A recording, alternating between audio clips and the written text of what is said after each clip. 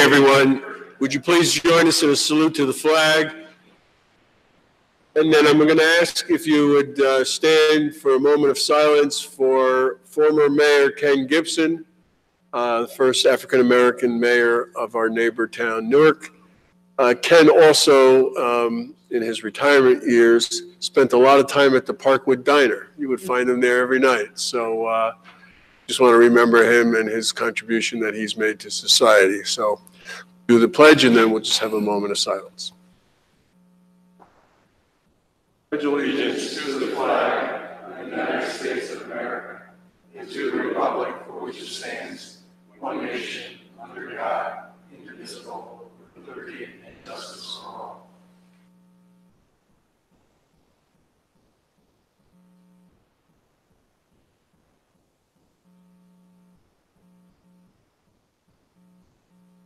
Thank you. I was thinking about that the other day.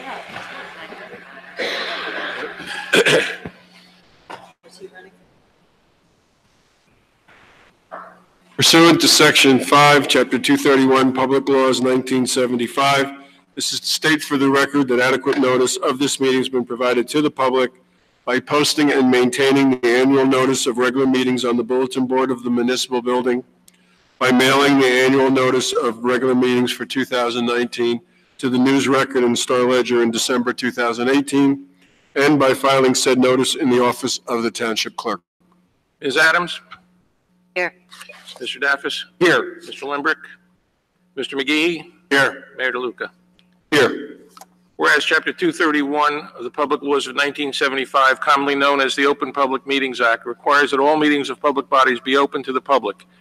And whereas Section 7A provides that the governing body has the discretion to permit, prohibit, or regulate the active participation of the public at any meeting. And whereas it is the desire of the governing body to comply with the provisions of this act and at the same time to conduct its business in an orderly and expeditious manner.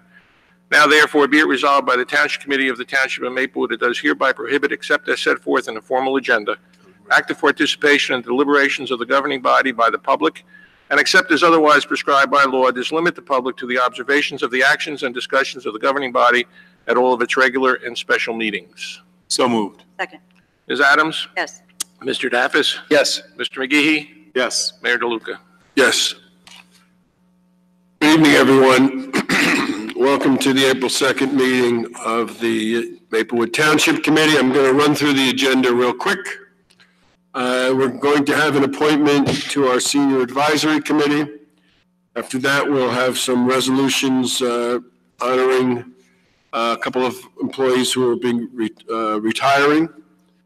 Then we have a resolution appointing a captain to the current captain to deputy chief of the fire department, and we'll do the oath of office. And then we have a resolution of a firefighter to the position of captain. We'll also do the oath of office then. We then will have our first public comment period, and then after we do all that, most of you will leave, I know that. You'll go have your reception and your party. But for those of you who are staying, we have our first public comment period. Then we'll be introducing our municipal budget.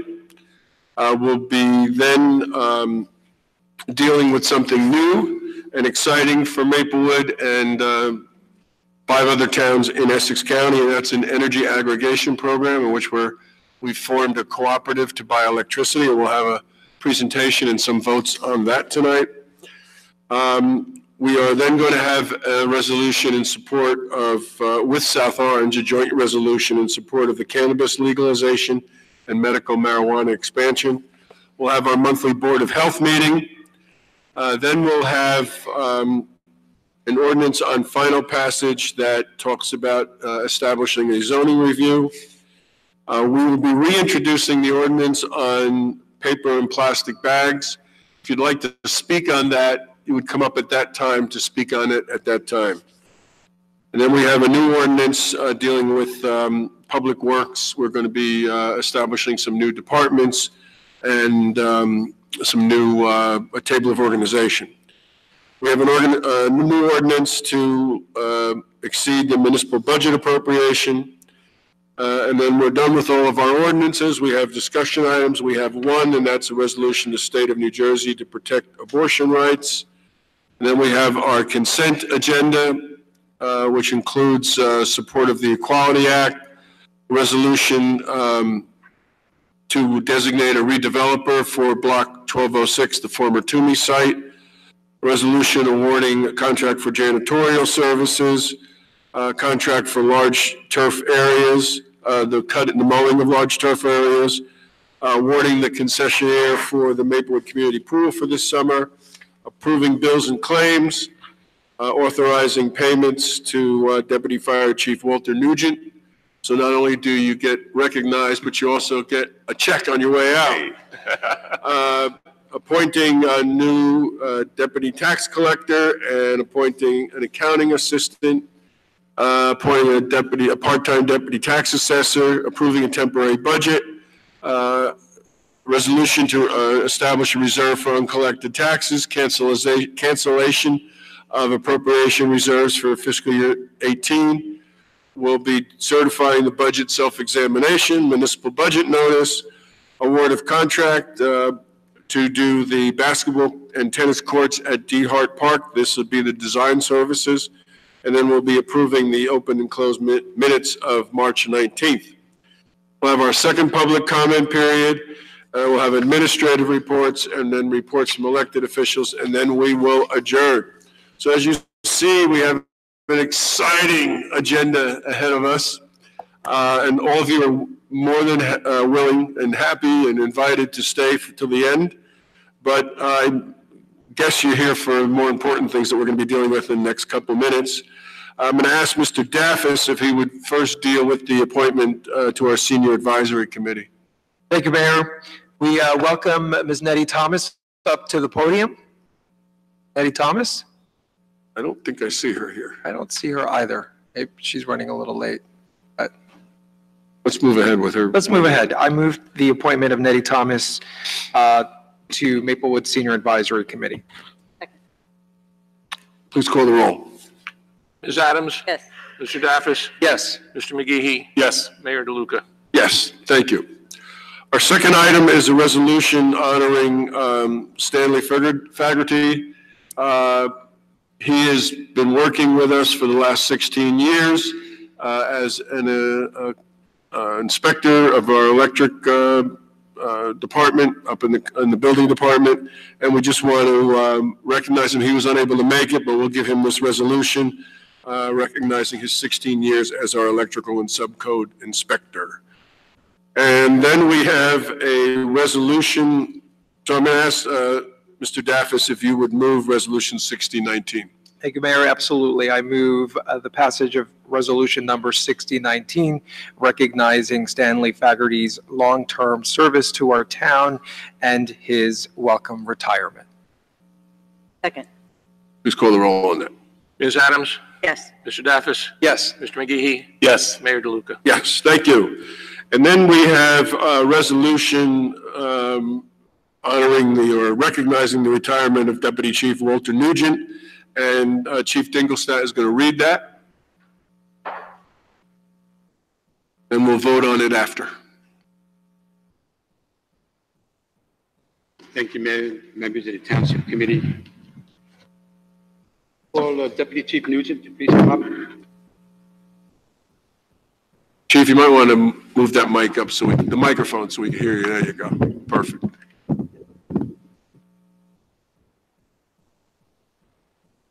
It's resolution number 61-19 for Walter Nugent, commendation on the occasion of his retirement. Whereas the Township of Maplewood Township Committee of the Township of Maplewood desires to convey to Walter Nugent an expression of his appreciation and grateful acknowledgement for the valued services rendered by him as an employee of the Township Fire Department for the past 25 years. And whereas Walter Nugent has given generously of his time and efforts in a dignified, faithful, friendly, and professional manner to Township residents. And whereas the Township Committee sincerely appreciates the worthwhile contributions Walter Nugent has made towards the material development, communal welfare, safety, and quality of life in the Township. And whereas on the occasion of his 25 years of service, Walter Nugent is retiring to start the next challenging and exciting chapter of his life. And now, Therefore, be it resolved by the Township Committee of the Township of Maplewood, County of Essex, State of New Jersey, that the township expresses to Walter Nugent its sincere congratulations on the occasion of his retirement. Thank you. Okay, let's just get that. Mr. McGee, you would move that resolution? I will, Mr. Mayor. I proudly move the adoption of Resolution 6119, the retirement of Deputy Chief Walter Nugent from the Maplewood Fire Department. Second? It's been moved and seconded. Please call the roll. Ms. Adams? Yes. Mr. Daffis? Yes. Mr. McGee? Yes. Mayor DeLuca? Yes, congratulations.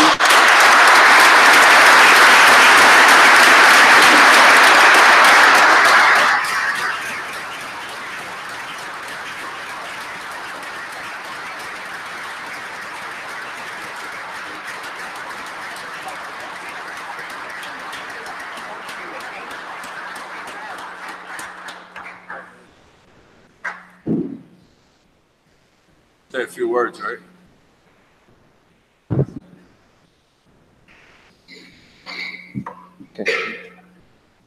Who have a reputation of being a loss for words, I'm going to try to change that. Okay, first, I'd like to just thank the mayor, township committee, administrator Sonia, for acknowledging former township employees at these meetings. It's not necessary, but after 25 years of service, it is appreciated. The term we use interchangeably with retirement is putting in your papers. I'm dating myself because now nobody puts in papers. Everything's done online anymore, all the time. So I never did file online myself because I did have help. I clicked most of the boxes myself and then called my daughter Brooke over and asked her, I said, Brooke, if you click on this button, submit, I don't have to go to the firehouse anymore. Well, she clicked the button in about a second and a half and then danced around the house for a while afterwards. So it was done. So she actually filed my papers for me. All right. And that was it. I knew I made the right decision at that point. It's my pleasure to see the promotions of Cyril and Brett at the same time of my 25 years of service being acknowledged as because it would help. You know, my daughter thinks all these people are in this room for me, you know. On a serious note, in the fire service, what we refer to as move-ups is when one person causes, with their retirement, a vacancy to be filled by other people. I'm honored to make room for the move-ups of Captain Jaruski to Deputy Chief and Firefighter Dorso to Captain. I'm certain the Maplewood Fire Department and residents of Maplewood are in good hands. I've been extremely fortunate and enjoyed a rewarding career. I've been able to see and be a part of administrative changes, reorganizing the Fire Safety Bureau, the start of a fire investigation team with 3 members. It's now at least 12 members strong. Blessed to work with some of the most talented, dedicated firefighters in the country. Our members are motivated and talented individuals. 16 junior members alone respond with the rescue on EMS incidents and also ride the fire engines, depending upon the types of calls that are coming in. Many times the most junior members are extremely busy throughout the shift, yet maintain a positive attitude to all of the customers of Maplewood, all the residents. I can truly say that the medical attention they receive in Maplewood is definitely second to none. A brief example on that was it's easy for me to compliment the guys I work with every day and to tell you how great they are. But they had a very serious trauma a few years ago, and the phone rings before the guys get back, and it was the paramedics from UMDNJ, Newark. We don't usually work with those medics, but it was a serious trauma that had to go down to university. And they called, and the first thing, not that I never received any complaints, but when you get a call from the outside, you're like, you know, what's up? And they said, well, we're working with your guys on the transport. I just had to tell you, it was most professional, the care received, this guy's going to make it, and the communication and the care received was impeccable. And to hear that from medics who see multiple traumas every day in the city of Newark, compliment, and to stop to make the effort and the busy day they have to call a Maplewood Fire supervisor and tell me before they got back. So I had to, of course, you know, scare them a bit. I said, guys, I got a phone call from the medics before you got back. Come in here. And then I had to explain the phone call to them. So it's very rewarding hearing it from other people, even myself. And that there's not a better critic than getting it from the outside sometimes. And I'll just never forget that one phone call. Structure fires operating smoothly, everything from basic house fires to our Avalon apartment fire that was under construction a few years ago. The professionalism I witnessed in that situation was also second to none. Many videos you'll see have firefighters no one running, everybody very calm, no one shouting over the radio. Most serious injury was one slip and fall on the ice, and that is the most important thing as far as keeping residents safe and ourselves safe under the situations that we have. Most important part of my job I was able to fulfill with God on my side, operating in many emergency scenes, is to return all the members of Tour 2 safely home to their family members. Nothing more than sometimes maybe an occasional cut or bruise. I'd like to thank Chief Dinglesat, Deputy Chief Weber for all your support. And lastly, the other shift supervisors I work with on a daily basis. Tour 1, Deputy Chief Kozak, Tour 3, Deputy Chief DeMartini, and Tour 4, Deputy Chief Sokowski. The support and motivation I receive from all of you is appreciated. Your attention to detail is an example for the whole department. Besides supervising your crews, training, motivating, career mentoring your members, you're able to accomplish administrative responsibilities above everything else. I don't know of many departments who have equipment managers, EMS supervisors, scheduling officers, all working rotating shifts, and still able to manage all the duties of working the emergency calls and everything else besides home smoke detector inspections, and you do excellent at that balancing act. Lastly, and due to the successful social events that we have in town, the 4th of July committee, the 4th of July events, Maple Woodstock, Deputy Chief DeMartini and Sokowski went on their own to do analysis of both events, multi-page analysis of the events to just get the report as good as possible for next year's services could be that much better on their own without being requested to have a line supervisor just do it because they saw a need and just did it. It's easy to say in life, someone should do this or somebody needs to do this and this should be done. But these guys, no matter how busy they were, supervising their whole crew of people, it's easy to say, I'm too busy and someone should do it. They just stepped up and did it, and it was excellent. It does make a difference to the residents and the safety of the firefighters and community for years to come when you analyze what you do and make it better, just like sports teams do all the time.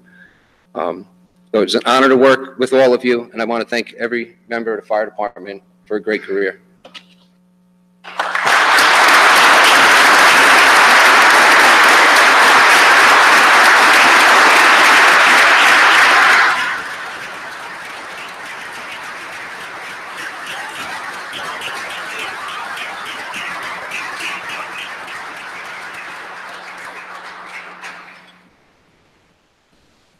Here we have item number 8, resolution appointing deputy chief. Here, Mr. Mayor, I would like to move the adoption of resolution number 6219. Mayor, if I may, I should read the resolution.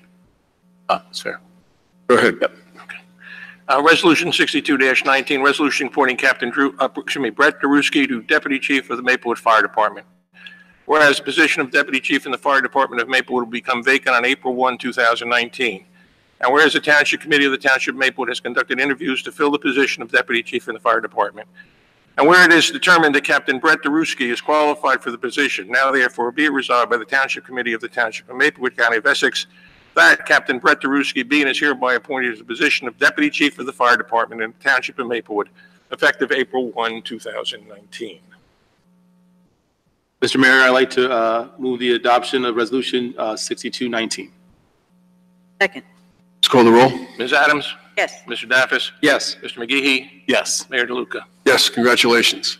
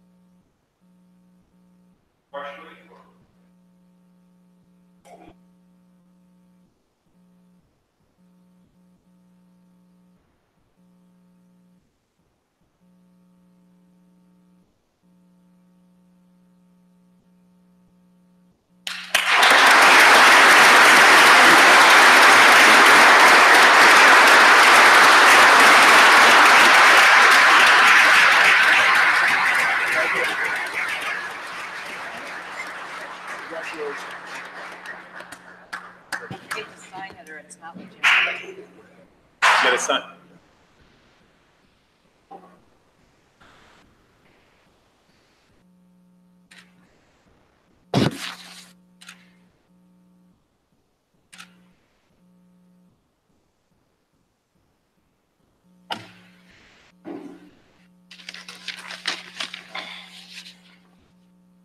Just one side of a sheet. Did a great job, Walt, but I'm not going to go on quite that long. It'll be brief. I'd like to start by saying I appreciate everyone for taking time out of their busy schedules and their families to be here tonight. Congratulations to Captain Ciro D'Urso for his tremendous achievement into the officer ranks of the department, which he will undoubtedly excel at during his time in the new and best position. The newly retired Deputy Chief Walter Nugent, congratulations on a fabulous and fulfilling career. Your knowledge and experience will surely be missed, and I wish you great success in all your future endeavors. I would like to recognize Chief Dinglestead, all current officers and recent officers that are retired for their vast knowledge, leadership skills, and determination in not only improving the current state of the department, but advancing the department going forward, not only for the membership, but for the residents as well. It is an honor and a privilege to serve with you all. There are two former officers, Chief Wayne Kroll and Deputy Chief Tom McNulty, who deserve mention, as both were very supportive in my career with great encouragement and guidance, which I am very grateful for. The firefighters of this department are a phenomenal collection of guys who serve with the utmost professionalism, no matter what the situation calls for, and are the foundation of what makes this a superior organization. Continue to educate yourselves and have passion for the job, as you are the next group of upcoming officers for our future. A special thank you to my wonderful father, Stanley, who has been my inspiration in so many ways in life and has been my biggest support since starting out in the fire service 28 years ago. I know he's had several proud moments through the years, but never more so than to see me standing up here now. I appreciate and love you, Stash. Finally, as my long, enjoyable, and memorable chapter as an engine captain reluctantly comes to a close, I take on this next important chapter as Deputy Chief, which I will strive to represent and uphold what is required for the great of all members and citizens of Maplewood. Thank you.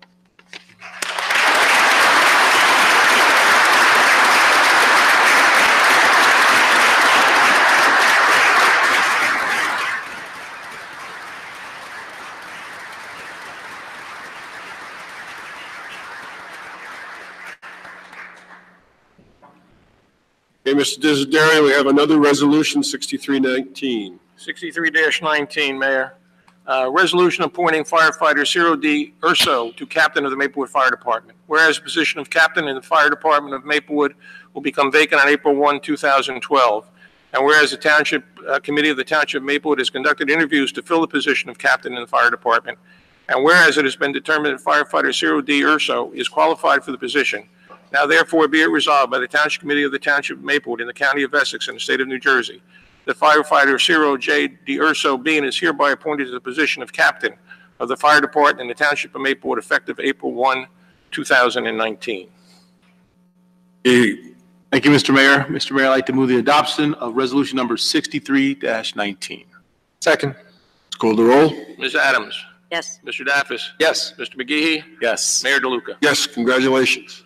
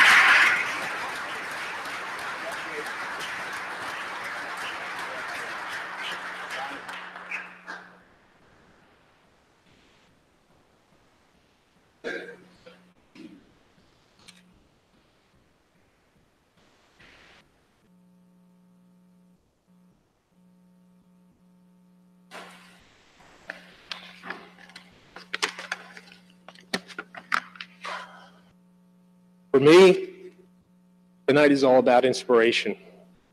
I was inspired to become a firefighter on September 11th when the towers came down, and I watched the brave firefighters, police officers, and members of the emergency services rush to do their sworn duty to provide aid and comfort to the victims of this horrific event.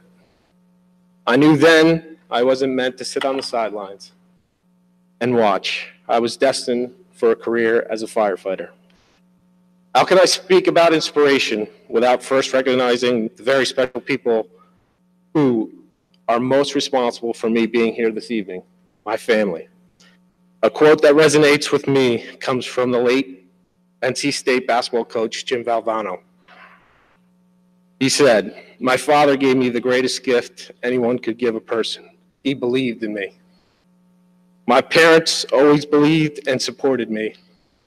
They gave me my values and ethics.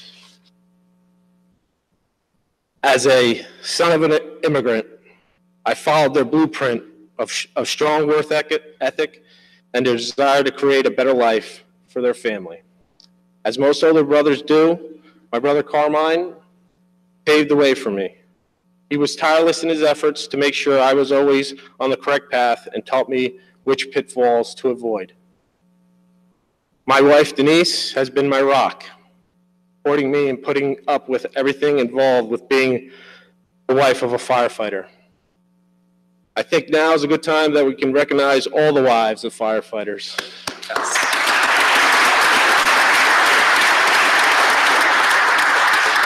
To my boys, Joseph and Mateo, thank you for always keeping a smile on my face. My journey began when I joined the Maplewood Fire Reserves. Chief Wayne Kroll Sr., in his very special way, told me, ditch the suit and tie and get the greatest job in the world. I truly appreciate your words of wisdom, guidance, and most importantly, your friendship.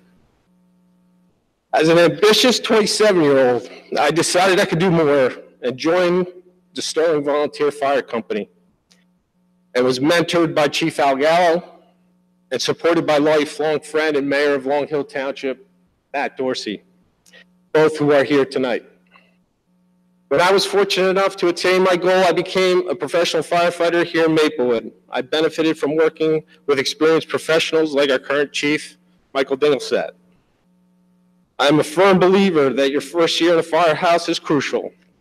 Your crew molds, sculpts, trains, and invests countless hours to develop the individual they are proud to call Proby. Many thanks to Mike, Alvy, Rick, Hannigan, and Keith. As a probationary firefighter, these individuals held no rank, but invested in me, and today are better known as Deputy Chief Weber, Captain Alvarez, Deputy Chief Salkowski, Captain Hannigan, and Captain Addy. My greatest mentor in the firehouse is retired Chief Joe Ricciardella. Words cannot express my gratitude and the honor I took working for you. To my partners at Station 2, Sean, Kenny, and Joe, thank you for always having my back. To Chief David Zager, your friendship and guidance for the past 2 decades is unmatched. You are a role model as a leader in public safety, as a husband, and as a father. I would also like to recognize Mayor Vic DeLuca and the members of the Township Committee for providing me with the opportunity to advance up in the ranks in Maplewood. To the individuals that I've named and to the many unnamed individuals that have mentored and supported me throughout my career, I offer my sincere thanks. I intend on playing the same role in the lives of the current and future firefighters as you have played in mine. Finally, I would like to say a few words to the Maplewood stakeholders. You should be extremely proud of the members of the Maplewood Fire Department and their unwavering commitment to their mission and the extraordinary sacrifice the members of uniformed public service make on duty and off, putting the interest of those they serve ahead of their own. We are the best. We give you our best. And when we're gone, we've left you with our best. Thank you all again for being here.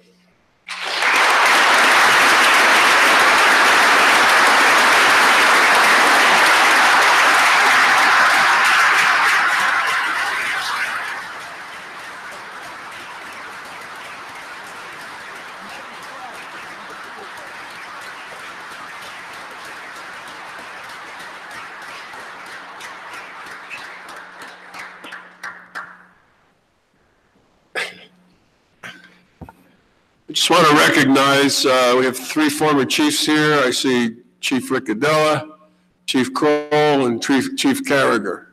You guys stand up just to say thank you to you.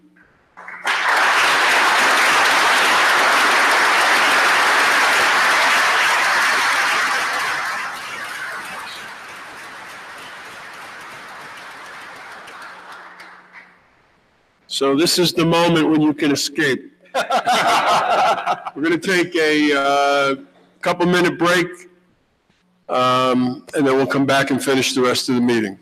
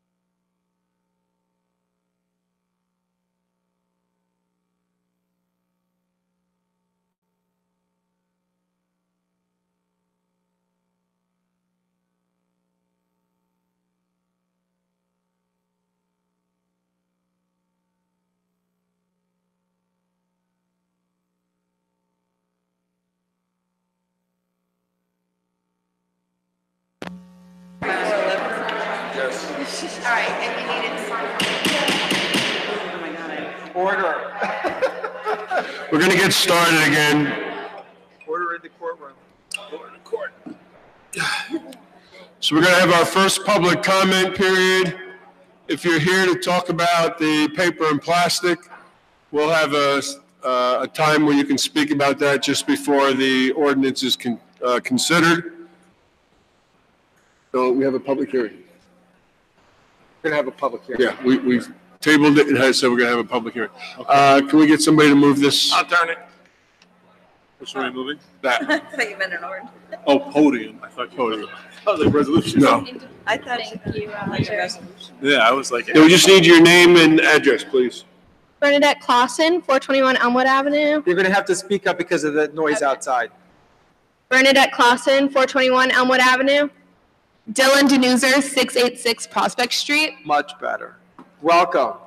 Thank you. We're here for, as the chairs of Youth Advisory Committee, we met with Mr. Dathis and our app developer last Tuesday to talk about the Safe Rides app that we've brought to your attention a couple times up here on the podium. And so we have some refreshers of stuff that has progressed since then. Do you want to? So we needed $5,000 to create this app, a third of which is being paid by the Maplewood Township and another third by the South Orange. And we have been working on fundraising for the other third of the $5,000. So far, we have made $615 from GoFundMe donations alone. And we have 3 sponsorships of each of $100 from Sprout, St. James Gate, and Bass Family Chiropractics. So we already met with the web creator, app designer, and we decided to initially make it a website so that it could get started sooner than later. And we're able to go through with the development of the app before having the full 5,000. So far, everything is in shape, and there is a lot of good to come out of this. So we just wanted to make it clear what the sort of guidelines of the app would be. We spoke about this with the chief of Maplewood Police Department and Mr. Desiderio. So they would be authorized students driving only. Authorized would be defined as being 18 years of age, licensed to drive, authorized by parents or legal guardians with proof of thereof, and registered with the police department and in possession of a special decal on their car for Safe Rides, and a Safe Rides student driver's ID. This would be a closed system, so only offered to the youth of our community, and that community being MAPSO. They would only be able to ride to one location, primarily the rider's home. And maximum of 2 student passengers per ride in the back seat, and they would have to ride in the back seat. Student driver and navigator in the front seat at all times. Student passengers must be physically capable of entering the vehicle on their own. Student drivers are allowed to refuse service if threatened, feel unsafe or dangerous, or any prospective rider needs medical attention, reasonable person standard under this under similar circumstances, and they're able to contact the enforcements to get help with that. The dispatch app will have a tracking service which will track the driver, passenger, and ride for reporting and necessary need just for safety reasons. And the hours of service would most likely be Friday and Saturday after 6 p.m. And most likely till midnight. And so we just wanted to make sure that people know this is a public safety acknowledgement, and it's not to enforce, or it's not to try to make youth feel comfortable drinking, but making it so that there is an option that is not drunk driving, and also if a student feels unsafe in a situation where they are around town, that they can get a ride that's not from a company like Uber or Lyft, where there has cases in our town and all over the nation where students are getting hurt and youth are getting hurt in those situations. Ms. Clausen and Mr. Newser, how much do you need at this point to make your quota, the 1/3? You said you raised $600, so leave with 1,000 left. Do you know the exact figures? We have our GoFundMe set at $2,000, just so we have enough. Our developer said that we would need additional funds, once for multiple generations of the app to come. So we were just trying to raise as much money as we can at this point. Our 3 sponsorships add up to $300, so we have about $915 in total. So you're about $1,000 away, give or take. Yes. Okay. What happened to that young lady from New Jersey that went to school in South Carolina, is very tragic. And I think this initiative makes a lot of sense. So I'm going to pledge $200 tonight. Oh, thank All you. right. And I hope everyone in this room, maybe we can finish this tonight and maybe everyone else can kind of pledge, go on and let's pledge, let's get this done tonight. Thank you so And much. for those who are watching live or for those, the Village Green, let's get this done tonight. Thank you. Thank you. Ladies, can you talk a little bit about our meeting with the app developer and how he sees us moving forward? And I think, Dylan, you mentioned it a little bit in the beginning in your comments, in that he recommends and he's ready to move forward right now with a website first before it's an app in the traditional sense, so that we can get people signed up for it and start using it to develop the interface going forward. So there's a sense of urgency here, is that right, to start moving forward in order to get feedback from our students about the app? Is that right? Yes. Do you want me to? Yes. So with certain processing apps, so iOS for Apple sort of iPhone products, and there's Google Play for Android. So Google Play is relatively easy to upload an app onto. There's not a lot of sort of guidelines to what you can post on the Google Play Store, which is nice for us, but a lot of people use iOS in this town, so we were going to put it on both. iOS takes about 6 to 8 weeks to register an app and certify that it can be used and downloaded by iOS users, so we wanted to go ahead and make it a website as a beta version, also to see, how it's tracking, work out any kinks before we, release the app. And that way we have time to get that certified by iOS, but also still usable by members of our town. Great. Any other questions from the committee? Thank you. Thank you for all your Thank work. you both. Thanks for doing this. Thank you. Is there anyone else who would like to speak to the Township Committee at this time? You're talking about the bags, yeah, there'll be a time to talk about that, I'll let you know.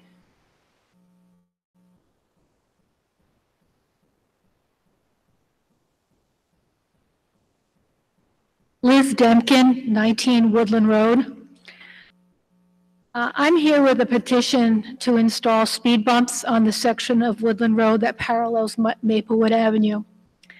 The petition has signatures of 75% of the affected homeowners who are 100% behind this measure, and there was nobody home at the other 3 homes. Let me tell you a little bit about Woodland Road.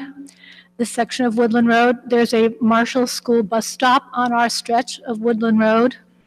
Brook Path is located there. It's a major conduit for students traveling to and from Jefferson School, and to a lesser extent, the middle school and Columbia. Brook Path is also popular with commuters, runners, and dog walkers. On weekends, groups of tweens and teens walk along Woodland to the village, as do young families with their out-of-town relatives and friends. I see it all the time in front of my home. So you get the idea, we're a pretty busy place, notwithstanding the changes that have happened in the 29 years I've lived on the corner of Woodland and Beach Place. And I'd like to tell you a little about those things that have happened and affected the traffic and travel along Woodland in that time. About 25 years ago, parking was first established on Beach Place. Midtown Direct was inaugurated. A bike lane was installed. Parking was allowed on some parts of Woodland Road.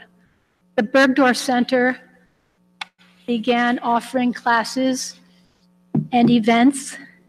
Many popular restaurants came to the village. Parking was introduced all along Woodland Road. The Claris development took away some parking, as did handicap parking spots. And finally, the Woodland event brings hundreds and hundreds of people to the neighborhood regularly. No other street in Maplewood has undergone so many traffic policy changes as has this small strip of Woodland, the one parallel to Maplewood Avenue. Parents and pet owners are anxious and worried about the safety of their family members. As cars weave, dodge, and exceed the speed limit in front of our homes, we need your help to ensure our safety. So I guess the next step would to give this petition to Mr. Kittner.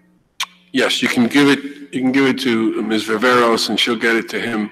Then he'll do a study, and then come up with a set of recommendations. Thank you. I was very surprised, but not surprised to see how concerned residents were as I went around with the petition. And for what it's worth, my pet was killed, and that got me to thinking what's happened to our street, that this has become such a critical issue. So at this moment, it just, so many things have happened that we're crying uncle on that small strip of road. Okay, thank you. Thank you. Anyone else want to address the Township Committee? Okay. Again, if you hear about plastic and paper bags, we're going to have an opportunity later, a public hearing. You can come up and speak to us about it then. We're now going to move to item number 13 is municipal budget. And we have our Chief Financial Officer here. And Mr. Facone, you going to come up too? Ms. Viveros, can we get another chair or? Okay. You can bail.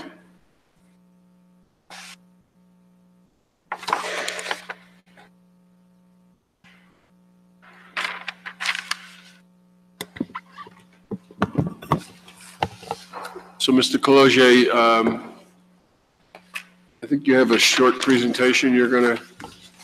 Yes, Mayor. It's a very short presentation that basically chronicles the 2 months and 4 workshop meetings that the Township Committee had, facing very difficult budget challenges. So we will jump right into it, move to the next slide. This represents the numbers. We worked with the auditors on Friday morning to clean up a few errors here and there. These are the final numbers of our 2019 budget in terms of salary and wages, other expenses. My apology for the rut. It's reserved for uncollected taxes, et cetera, et cetera. It shows that our budget is moving from 45.1 million to 45.7 million. Next slide, please. This is just another way of looking at what our budget entails in terms of salary and wages and other expenses. Debt service, our capital improvement, shared services. You can see from these 2 slides in comparison, salary and wages are relatively the same. Other expenses have grown. Debt service has also grown. Capital improvements has shrunk as a response to that. Next slide, please. This gives us an idea of how our salary and wages are allocated. You can see from this pie chart that the bulk of it is public safety, police, fire, dispatch, and the Department of Public Works. The library also is a large portion of that. Glenn, next slide. This shows other expenses. It grows from the slide that you saw prior to this because a lot of the other services aren't really assigned to a specific department, such as pensions, debt service, health insurance. That cluster over in the left-hand corner is all the other expenses or essentially the day-to-day other expenses of operating. If we can go to the next slide, Glenn. This shows us the challenge that we faced. That small piece of the pie that's been pulled out is all the departments that were a cluster in the previous slide. All these others are other expenses that are beyond our control. The next slide will show us the four biggest offenders to our budget that has created the situation that we're dealing with. Combined, it's a $1.7 million worth of external pressure. Next slide, Glenn. This is just another way of looking at it, and it kind of demonstrates that you can see from our 4 meetings and our administration budget cuts that other expenses in that small little wedge has actually decreased compared to the other expenses of debt service, pension, health benefits, and the recycling cost. Next slide, please. So over 2 months and 4 work sessions and a lot of work with administration in between, we went through 4 rounds of budget cuts, which essentially was enough to offset the contractual increases for salary and wages, but unfortunately it wasn't enough to do anything on the other side, which is debt service, pension, health benefits, and recycling costs. Next slide, please, Glenn. This shows the other half of our problem, which was the revenue side. These are the numbers that have been checked by the auditors on Friday. You can see that our biggest issue is surplus used in that first column is significantly decreased. We have tried to address that through local revenue. The bulk of that increase is coming from our pilots contributing more money than they have in the prior year and will continue to grow. And it also shows under the miscellaneous items some of the structural imbalances we took advantage of in order to balance this budget. Next slide, please. So this shows us our revenue components, and again, you can see from the pie chart, surplus being used is significantly reduced from what it was in 2018, and that has been offset, unfortunately, by a tax increase. Next slide, please. This is just another way of explaining the fact that we had a $2 million loss in surplus because we did not regenerate it, and that despite pilot increases, new ratables, and taking advantage of some structural imbalances, we were not able to offset that loss in revenue. Next slide, please. So this is the budget that we're looking at. As we had discussed on March 20th, we went back and took a look at some of the things that we could responsibly do to lower the increase, which was at $275 on the average assessed house at the time. And we are now coming in at just under $260. The tax rate will be 7.999. If we can go to the next slide, Glenn. This basically explains one of the questions that had come up at our budget meeting was if our expenses have only gone up by 1.3%, why are we going up in taxes by 6.9%? This slide shows you exactly why that happened. In 2018, 64% of our revenue came from taxes, 7% came from our checking account balances, and in 2019, because we didn't replenish those checking account balances, only 3% is available for use, and 68% now needs to be shifted onto the tax burden. Next slide, please, Glenn. So this basically shows us the situation on how this developed. The top of these bars on the left graph shows something called a levy cap bank.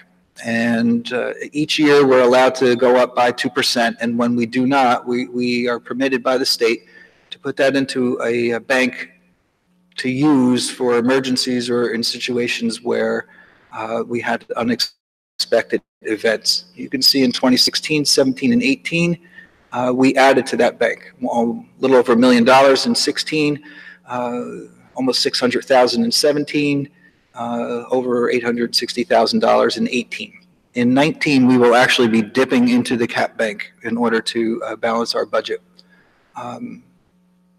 These two slides combined show that similar to the work session when we were at March 20th, that our situation is we've been striking budgets where we should be raising the rate here, but we were raising the rate here. And that's how that cap bank grew. Next slide, please, Glenn. As much as I have a disdain for comparing to other towns because it's somewhat unfair and truthfully, sometimes the data is not that reliable, The slide on the left demonstrates state mandate, state pay does not exist anymore. And you can see from these slides, with the exception of Millburn, everyone's amount of state aid, which has remained flat, has essentially decreased as taxes have gone up.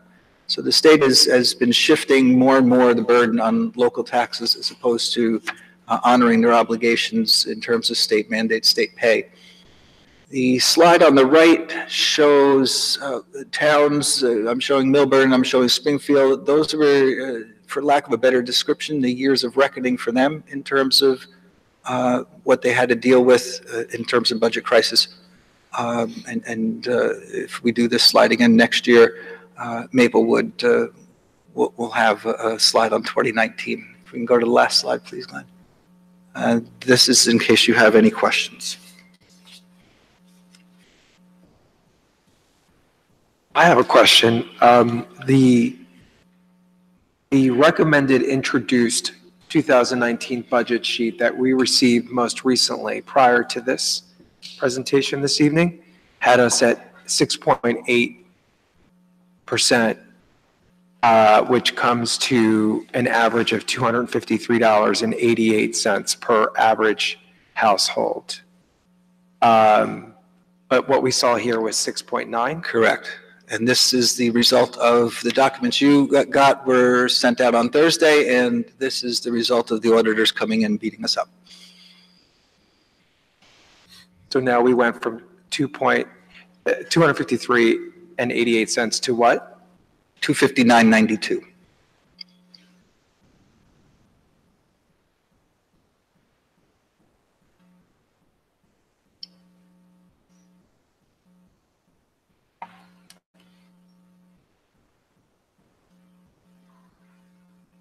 Cohen, would you like to say anything?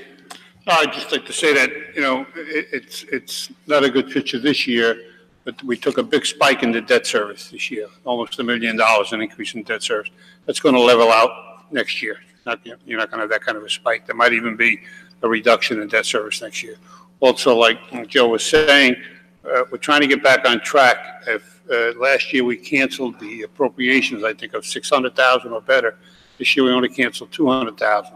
So that means hopefully we'll have that lapsed into surplus so we can start to build up our surplus again the next year. So could you explain why we had that spike in the debt payment? Yes. So wisely, the Township Committee recognized that interest rates were rising and accelerated converting our temporary bond anticipation notes into actual permanent financing of bonds. When we did that back in June, and we accelerated it. Normally, the Township Committee has had the policy where they've waited to sell a bond until we retired a bond so that we can maintain a nice level, $4 million, $5 million in terms of debt service. But because of the way interest rates were moving, in my professional opinion, the Township Committee made the right decision and sold those bonds early. The result of that is that we picked up this year needing to make interest and principal payments. And so the bulk of the debt service, $950 some odd thousand, is a function of now needing to pay back the bond principal. Prior to that, we were only paying a portion of that as note principal because we were only required to pay a portion of it. And so that ultimately led to the spike. As Mr. Falcone had said, we should see a leveling off next year, and in the following years, we should start to see a drop in our debt service as we catch up with the fact that we accelerated our sale a couple of years early. Barros, did you want to add something? I did. I wanted to add that I've been working with our risk manager just to look at our state health benefits plan to try to see what the benefits would be to go and privatize the benefits for all employees. And that could be savings that I've known some other towns to save nearly $1 million. So that's something that we're looking into this year to see how that could benefit our next year's budget. So one thing I want to make sure we're clear about with the public is that we're talking about the municipal portion of the tax. And so that's roughly about 27% of the total tax bill. Correct. I believe the school board, which is roughly about 58%, is going to come in close to around 2% increase. So that's going to really drive it down, but this is a substantial increase for the municipal portion. No question. More than before, and I think you showed that.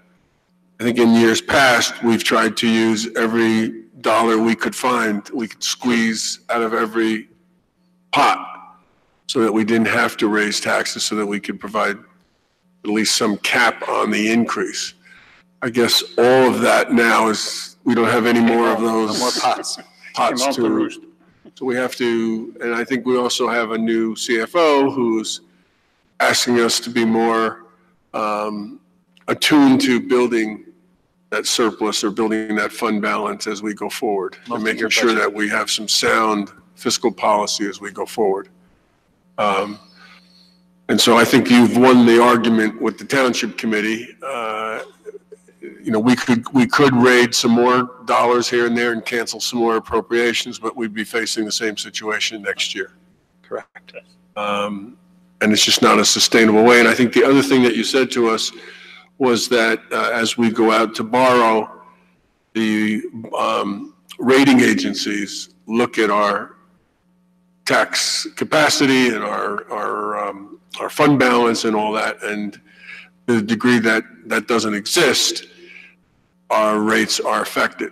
So in the long run, maybe taking the hit here is going to help us overall. Yes. Sure.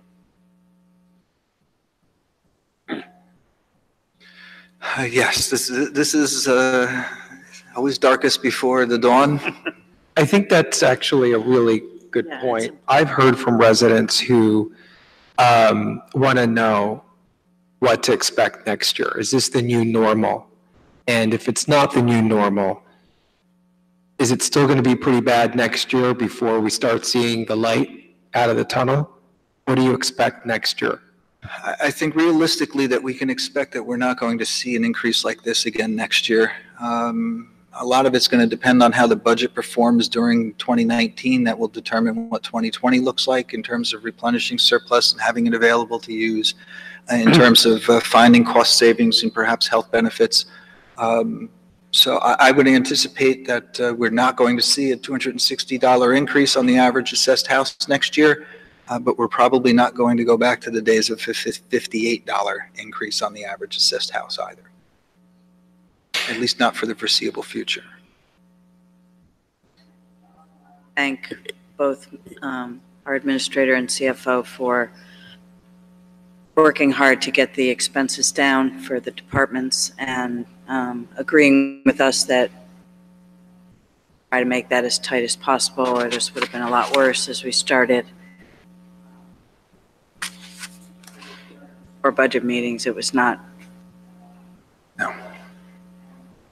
down quite a bit, and our expenses helps a lot, and the hiring freeze, well, especially careful with expenses this year. And I think one of the things that came out of our discussions was even establishing some new policies, like our vehicle policy. Right. So I think those conversations were well worth the time and effort. So going forward, we have to look at different ways to make sure that we're being fiscally responsible. And I think that's what Mr. Kaloje has been doing and helping us along the way. This process started in June. I mean, we talked about, we looked at that shifting in bonds, knowing where the interest rates are going. So these are decisions we're making that do cause some discomfort for all of us. But forward looking, this is the right direction. And we know that. We just had to look at the markers. We had to look at where we're going. Right about the pensions. When you look at the numbers inside the cap, you know, it's significant. You know, it's 13% of our expense. So we have, you know, issues that we need to address. Also on the revenue side, we need to look at that as well, right? Shared services, that's why we're looking at shared services. And not just fire, we're looking across all of the departments. There are revenue opportunities, there are cost savings as well. Then also thinking about new and more responsible developments, right? really tap into opportunities all over Maplewood. So we can increase those ratables so they're there as well. And then finally, looking at things such as sponsorships of our fields and other places, bringing revenue dollars in through partnerships and corporate relationships. So we have to look at the revenue side as well as we continue to stream down our expense side on the operating expenses especially. Just to be clear, on the expense side, looking at 1.25, that the increase on the budget? The increase on the, I'm sorry, Mayor, on the expenditures. 1.32. 1.32, yes, sir.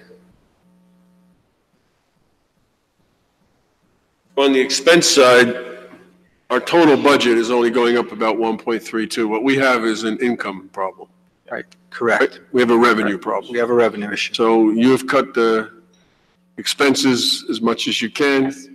We're only going up less than 2%, 1.4 and max, but we have the problem on the revenue side.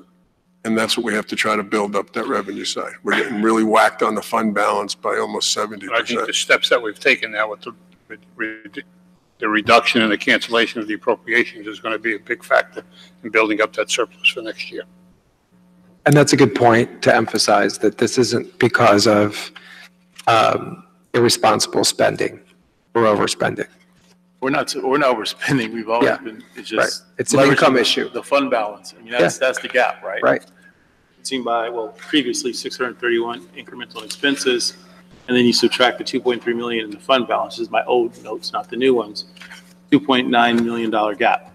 So 70% of it's filled in by taxes, 71% to be exact. And I think it's important to point out that the Township Committee needed to make some very difficult decisions over these last 2 months and these the work sessions that we had.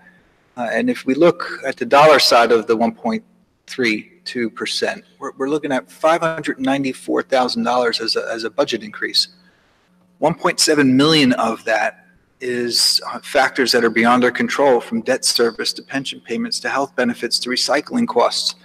So the fact that we took $1.7 million and brought it down to $600,000 speaks to some of the really hard decisions that were made. Some of the capital projects that got postponed, the hiring freeze, a lot of the things that were said earlier in the evening that we did in order to get ourselves on a little more solid foundation for moving forward and looking at some multi-year budgeting so that we can smooth out any kind of tax increase. Having said all that, and we understand that it's still a shock to folks. The people here are looking on their faces, and I'm sure people who are watching home or reading various publications as to the impact here. I think we can only say, just to make sure that everyone's aware, whatever was printed out there, whatever story is out there, that 6% is not the total increase. It's the municipal portion. Right, correct. So that's going to get blended in with the school piece and the county piece for a blended rate. Yes. It'll be much lower than 6%. Yes. But it is a big increase for us. We've been able over the years to keep it at 2 or below 2. Yes. And this is just one of those years that we have to make some structural changes for the future. Yes. Okay. And I think by the night of the hearing, May 7th, we probably could have numbers, or we should have numbers for the school and the county. Right. So we might be able to indicate what the total impact would be. Right. Okay. Is there anything else that we have? Okay. No, Mayor. Thank you. And I'm going to move Resolution 7619, Introduction of Municipal Budget. Second. Any discussion? There will be a hearing on the budget and tax resolution on April 17th at 7:30. May 7th. May 7th. May 17th. That's a May typo. 7th. May 7th. May 7th. Sorry. That's right, that was a typo in the agenda. When is it? May Resolution 7th. is correct. 2019, at which time we'll be discussing the budget and tax resolution for 2019, and anyone be able to speak at that time. So we have a motion and a second to introduce the municipal budget. Please call the roll. Ms. Adams? Yes. Mr. Daffis? Yes. Mr. McGee? Yes. Mayor DeLuca? Yes. Okay. Thank you. Thank you, gentlemen. Thank you. No. I'm sorry, you can't. There's another period later you'll be able to speak. Because there's a health issue here. We understand. There'll be another period later where you'll be able to speak. What would that period be? Well, it's in public hearing. You can get an agenda. It's, yeah, actually, you know what? During the Board of Health, you can come up and speak. During the Board of Health. Coming up. Which is Coming up. probably about 10, 15 minutes. Thank you. Thank you. Thank you. Okay, next up, we're going to talk about energy aggregation. This is a new program that we've been working on with a number of other towns. And I want to thank our chair of our environmental committee, Bob McCoy, and the chair of our green team, Tracy Woods, for their work on this, and also our director of community development, Annette De Palma. We've been working to make this happen. We've worked with 5 other towns in Essex County to pull this together. And today we have some good news. And I'm going to ask our consultant, Robert Chilton from Gable Associates, to come up and say a few words about what we're going to be doing. Good. Thank you, Mayor. Good evening. Nice to be here. Just quick overview. So as was mentioned, this is a cooperative pricing system effort. Maplewood is the lead agency of a 6-town consortium in Essex County. Over the past year, we've been developing a bid process to set up a bid to seek power supply for residents of the participating towns at a cost lower than what the utility is charging and with a higher renewable energy content. Where we wound up in the bid specifications was we asked for power supply from competing suppliers that has about double the state mandated amount of renewable energy. That's about 41%, as opposed to about 21% mandated by the state. The towns were grouped in 2 groups because of utility service territory. The towns of Glenridge, Maplewood, Montclair, South Orange, and Verona were grouped in the PSE&G group because all or the vast majority of those towns are in PSE&G territory. And then Milburn was put into a separate category because they are served by JCP&L. We issued the bid about a month ago. We ultimately took bids this morning. In the energy world, things move quickly, so we take bids in the morning, and then we have to make decisions by the evening. We received bids from 2 suppliers, both of whom are very competitive, that are very active in the marketplace. We took bids for 3 different potential lengths of contracts, 15, 17, or 24 months. Very good bids for the PSE&G group, which includes Maplewood. The bids for the JCP&L group were only slightly below the price that JCP&L charges. So for that group, we're recommending that no contract award be made. We keep the bid open for the potential of accepting prices down the road, a month or so or 2 down the road. Perhaps the market will improve a little bit. For the towns in PSE&G territory, though, we have very good news. Our bids came in at a price that up to almost 15% below the current rate being charged by PSE&G for power supply, which is about 2/3 of the bill. We do expect that the PSE&G tariff rate is going to drop somewhat this summer. So we're comparing our bid prices to what we project the PSE&G price to be over the contract term. And the savings are still 10 to 11% below the PSE&G tariff price. This would be for a contract starting in July. There's still a bit of a process after this, if there's a contract award made, to educate the folks about the details of the contract, and then a process for enrolling customers. That all takes another 3 months or so. So the contract would start in July.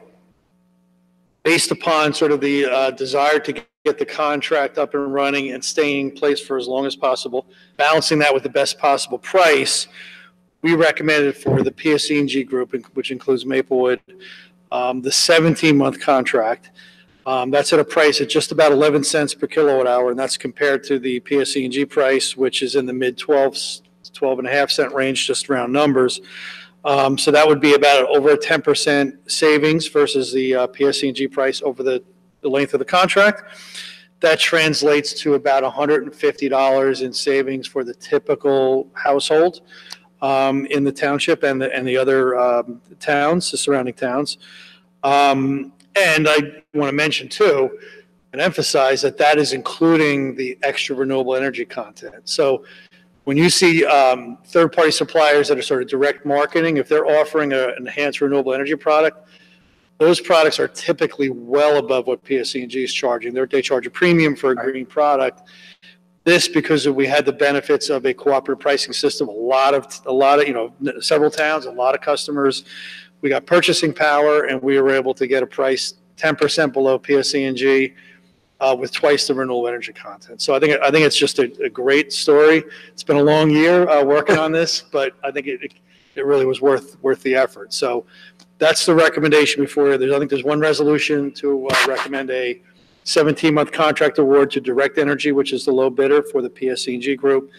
And then for the JCP&L group, there would be no contract award at this time and keep the bid open, hopefully to maybe see improved results down the road. Happy to answer any questions. When we were talking earlier today after we found out the numbers, we were doing some projection, and with the 5 towns, there's roughly about 36,000 PSE&G customers.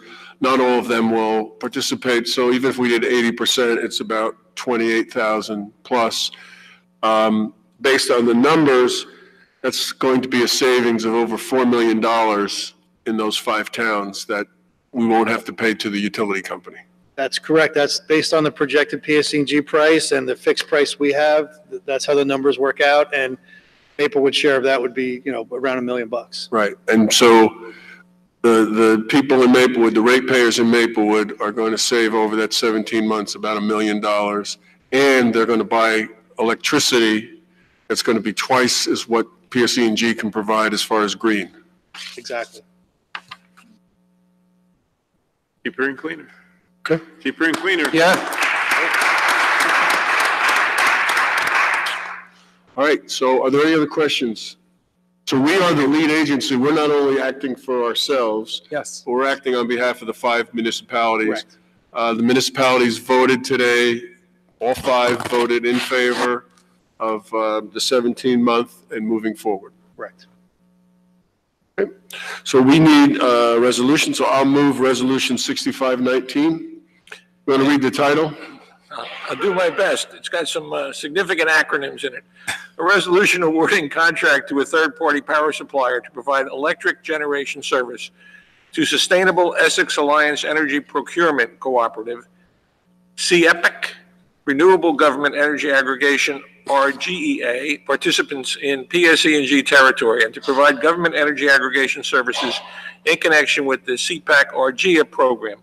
And as the gentleman said, this resolution is for a period of 17 months.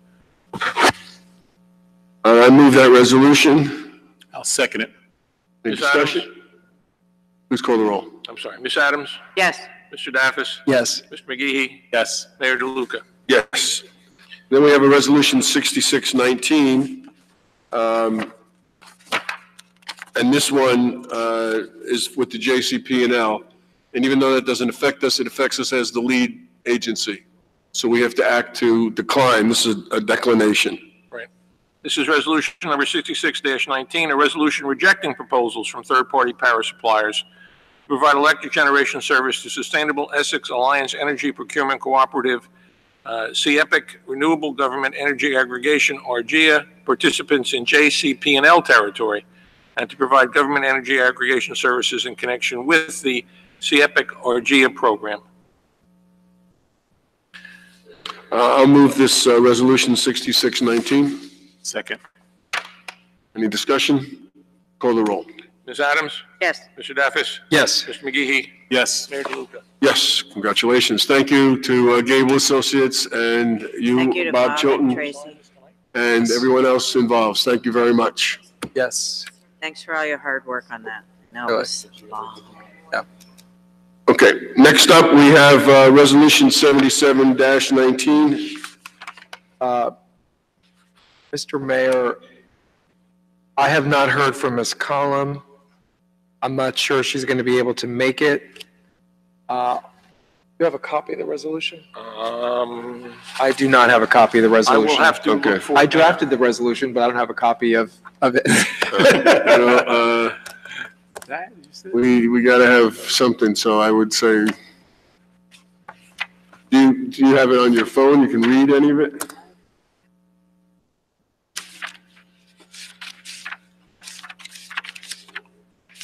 At least we need to read the title. Right. Mayor, I apologize, but I do not see it. Oh, I emailed it several times, yes. I will pull it up in just a minute here. No, that wasn't the older version. I worked on it again this morning.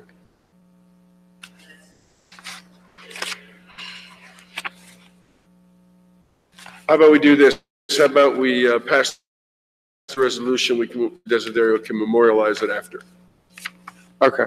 Why don't you move, This is 7719. yes. 7719. This is a joint Maplewood and South Orange resolution in favor of adult use of cannabis legalization and medical expansion. I move the resolution, Mayor. Second. It's been moved and seconded. Please call the roll. Ms. Adams? Yes. Mr. Daffis? Yes. Mr. McGehee? Yes. Mayor DeLuca? Yes. Okay, we're going to a monthly Board of Health meeting. Yes, thank you, Mr. Mayor. Pursuant to Section 5231 Public Laws of 1975, it's to state for the record, the adequate notice of this meeting has been provided to the public by posting and maintaining the annual notice of regular meetings on the bulletin board of the municipal building, by mailing the annual notice of regular meetings for 2019 to the News Record and Star Ledger in 2018 December, and by filing said notice with the Township Clerk. Ms. Adams? Here. Mr. Daffis? Here. Mayor DeLuca? Here. President McGehee? Here. I never get to say that. Whereas Chapter 231, Public Laws 1975, commonly known as the Open Public Meetings Act, requires that all meetings of the public bodies be open to the public. And whereas Section 7A provides that the Board of Health has the discretion to permit, prohibit, or regulate the active participation of the public at any meeting. And whereas it is the desire of the Maplewood Board of Health to comply with the provisions of this act and at the same time to conduct its business in an orderly and expeditious manner. Now therefore be it resolved by the Maplewood Board of Health that it does hereby prohibit, except as set forth in a formal agenda, active participation in deliberations of the Board of Health by the public, and except as otherwise prescribed by law, does limit the public to observations of the actions and discussions of the Board of Health at all of its regular and scheduled meetings. So move. Second. Ms. Adams? Yes. Mr. Daffis? Yes. Mayor DeLuca? Yes. President McGehee? Yes. Thank you. You're welcome. I will now entertain a motion to approve the minutes from the March 5th, 2019. So moved. Second. Ms. Adams? Yes. Mr. Daffis? Yes. Mayor DeLuca? Yes. Mr. McGehee? Yes. Rowe.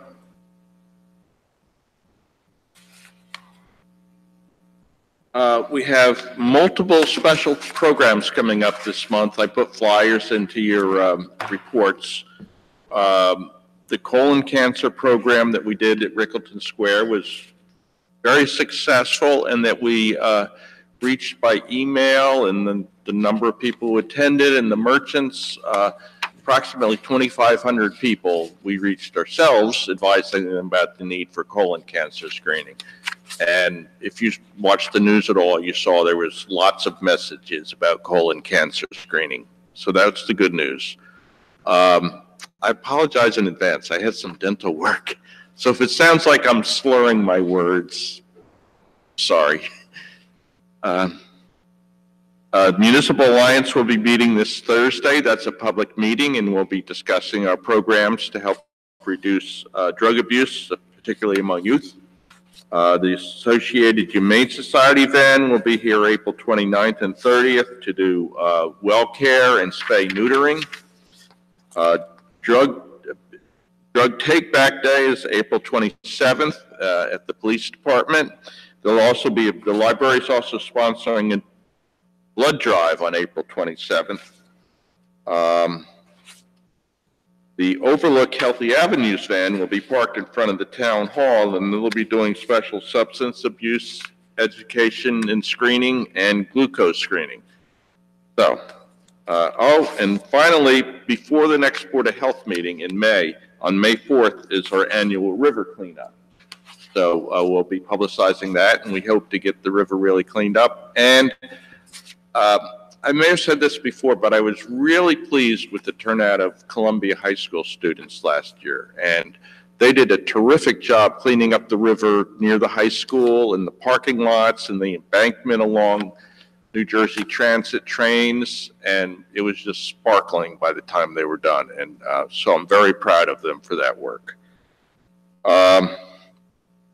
Late last week, we had a meeting sitting right here with Western Pest Control, which I think is one of the more professional pest control companies in our area, and their entomologist, who was also a professor at Rutgers. We talked about this new service that lawn companies and other exterminators are using now for actually misting in people's backyard to kill mosquitoes. The takeaway I came from that meeting is that if the proper mist is used and it's done by a person who knows how to do it, and they're going to spray the undersides of bushes and trees where during the day the mosquitoes tend to hide. It can be done without damage to all the other insects. So the non-target insects will not be damaged. Honeybees, butterflies, that sort of thing. An untrained person can cause a lot of damage, and particularly if they spray flowering plants. So the important message is do not spray flowering plants, because those are where the insects go to feed. And so we're going to be doing public education on that and this year, because it does seem like a service that more and more people are using, so we want to make sure that they understand the safety measures that their exterminator should be using. And also, I do have some legal enforcement powers in this regard, in that if a pest control company doesn't have the proper license, which means they have to be trained to do mosquito extermination, if they just have their license where they're going to kill ragweed or dandelions, that's not the right license. They need a special license where they're trained to kill mosquitoes. And if there's complaints, I can check to see if they have the proper license and to see if the chemical they're using is the proper chemical. And if they're not, I can issue penalties, fines. We also work with the Essex Regional Health Commission, which is they act as an agent of the New Jersey Department of Environmental Protection, and they would also serve as a legal force to issue penalties to companies that don't follow the law in terms of mosquito spraying. On that video you sent me where they were spraying, yeah, supposedly a professional company, and they were showing what they do to Right. get rid of mosquitoes, and they're spraying all over the tops of the trees, the Right. flowering bushes. Right. Supposed to. So we don't require these contractors to be registered with the town unless they're a landscaping company also?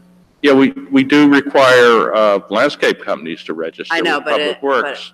but So, yeah, I was thinking about that there's this advertisement from one national lawn maintenance company, and they showed their guy spraying for mosquitoes, and he's spraying flowering plants, Right. which is just what we're told not to do. Right. So it wasn't a very good commercial. But we can educate the businesses that do register, the lawn maintenance companies. We can send them information because we know who they are, and we can send them information about how to do the job properly. I wonder if we shouldn't require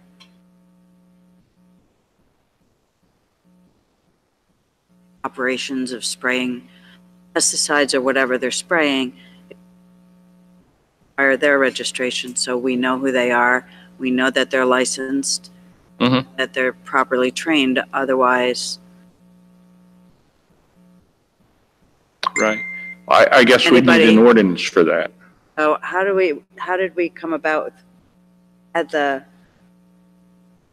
requirement for landscaping companies to register with DPW? So we increased that from like 5 who registered to 100 plus. So what's the process to go about requiring?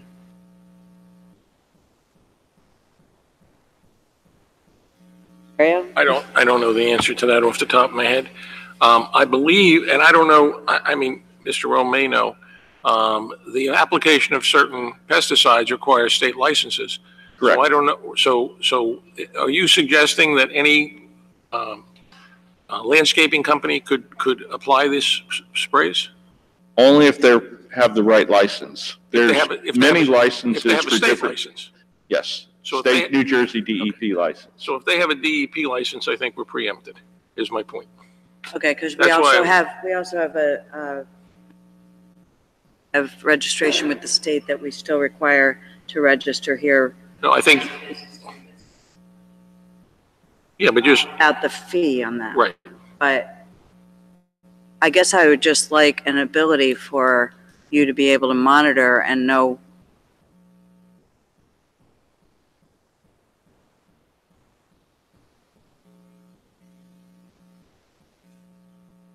Well, we can't, I think we're preempted. No. Pass other regulations. There's been a lot of concern from residents, self included, about seeing these signs pop up, and we talked about it last year, praying for, and what damage that's doing. And Mr. Rowe, with the Environmental Commission, has been investigating it and exactly what they're doing, what they're spraying. Is it just garlic, which is what some of them claim? What is it doing to other plants, other insects and animals? Like, I just have concerns, and I don't know whether them registering with the town is the answer, or maybe we see what it's like this season and you make your rounds and make sure that the residents know that they should be properly licensed. Residents need to know. Yes. Shouldn't spray flowering plants, so maybe we go this year with that knowledge, get that education out there, and see if we have any Yeah, problems. I think I can check the DEP list. I'm sure it's a public information But which companies are registered? for mosquito spraying, Right, sure. or licensed, I mean. Yes. I think I should be able to do that. Okay, so I'm going to jump in here, if I may, because we're sort of talking past each other again. Mr. Desiderio said that, although he can confirm this later, that he believes that we are preempted by the Department of Environmental Protection, because it is the Department of Environmental Protection that gives licenses to these entities, right? So even if these entities rather, were to register with the town, we can't tell them they can't spray the things that they're spraying, a local ordinance, because the state says that they can. Is that correct? That's correct. That's correct. I think you misunderstood me. I'm not trying to create an ordinance. I'm not trying to supersede. No, but you say you want them to be registered with the No, I'm town. saying I want the information out there, and I want you, I don't think you heard what I just said after that. I'm Possibly thinking not. out This is why loud. I'm saying we're talking past Saying each that other. maybe this year we don't need to, but the state also registers landscape.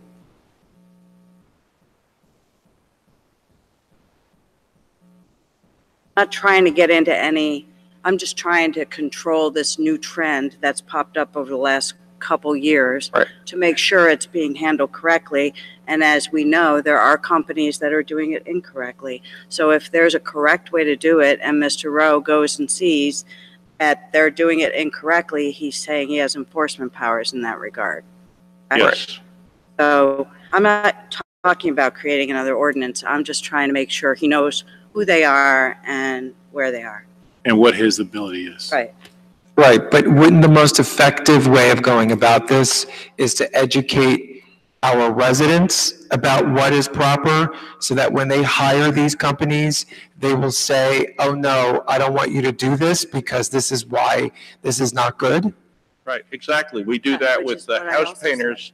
We tell residents to only hire a house painter who has the EPA lead safe training, and we can educate residents if they want to have their lawn maintenance company also spray for mosquitoes, that they need to check with the lawn maintenance company to see that they do have the proper DEP license. Right, but when they have the proper DEP license, Mr. Rowe, let's say that Dean Daffis, right? I am one of these companies. Mm-hmm. I am licensed by the state to do this. Mm-hmm. Okay? Now, you also know who I am because let's say that I'm required to register with the town. And you pass by one day and you see Dean Daffis spraying. What is your legal authority to stop me from doing what you think is improper spraying? If I see that the job is being done improperly, I can order them to stop. I can give them a summons. But before I did that, I'd want to check to make sure that whether they had the proper license or not. Right, so you come to me when whether the applicator is required to carry a license with them. Right, Just like a driver's license. Right. So we have to use examples. This is how we clarify miscommunications. So you see me and you come out and you say, Mr. Daffis, I'd like to see your license. Yes. I pull it and produce it to you. Yes. Okay? And I say, Mr. Rowe, thank you. Nice to meet you. I am licensed with the state. I've been in business for 24 years and I spray, 100 homes in Maplewood every single year. Mm-hmm. What can you do to stop me? If you're doing it properly, I'm not going to stop you. But if I see you, if I witness you, just like any other code violation, if I witness you doing it improperly, I can give you a summons. If I see you spraying flowers, I'm going to look at the chemical you're using to see if it's the proper chemical and if you're following the label instructions. And so some investigation would be required.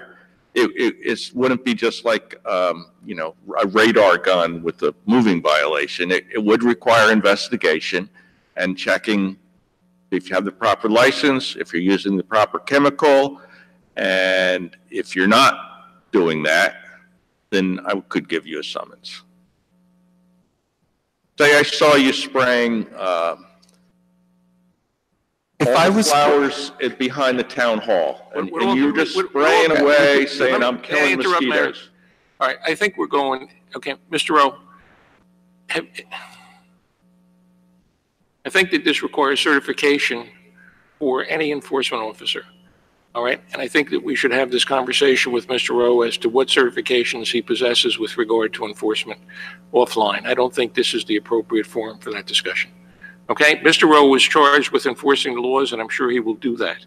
But we also have to make sure that the fact that a contractor or a professor at Rutgers has given him some information does not necessarily establish an objective standard by which he has to make that determination. So I think we should have this. We understand what the issue is respectfully, and let's have the conversation offline and make sure that we're in a comfortable situation in terms of enforcement. That's my suggestion, Mayor.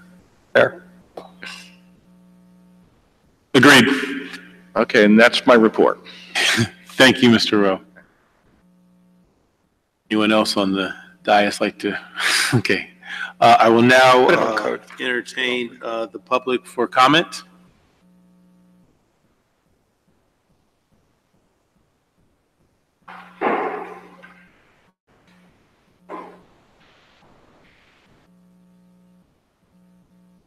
Sure. Okay, let me pass them up to the governing body. Microphone. Yeah, please. Yep, address, please. I don't know if they're the same, Dean, or if they're... My name is Kathy Sullivan. I live at 165 Hilton Avenue. The pictures you're looking at are 159 Hilton Avenue. Sure. I live at, my name is John McKeston. I live at 152 Hilton Avenue. Gabe Governmenton, 155 Hilton Avenue, adjacent to that house. Carol Donahue, 153 Hilton Avenue. And we're here tonight because we're having a problem in our neighborhood. It's not being taken care of. This house is next door to my house, and as you can see from the photos, it's a public health mess. And I was wondering, for one thing, if there have been any citations given to the homeowner of this house. Because I know he doesn't shovel his snow. I know he doesn't mow his lawn because the town does that. And I know that I've seen plenty of people at the court get tickets for not shoveling their snow. And I didn't see any of them get excused from the judge. I was in court because at that time, the person that lived in that house had a pit bull that came to my property and bit me on 2 separate occasions and bit another person on another occasion.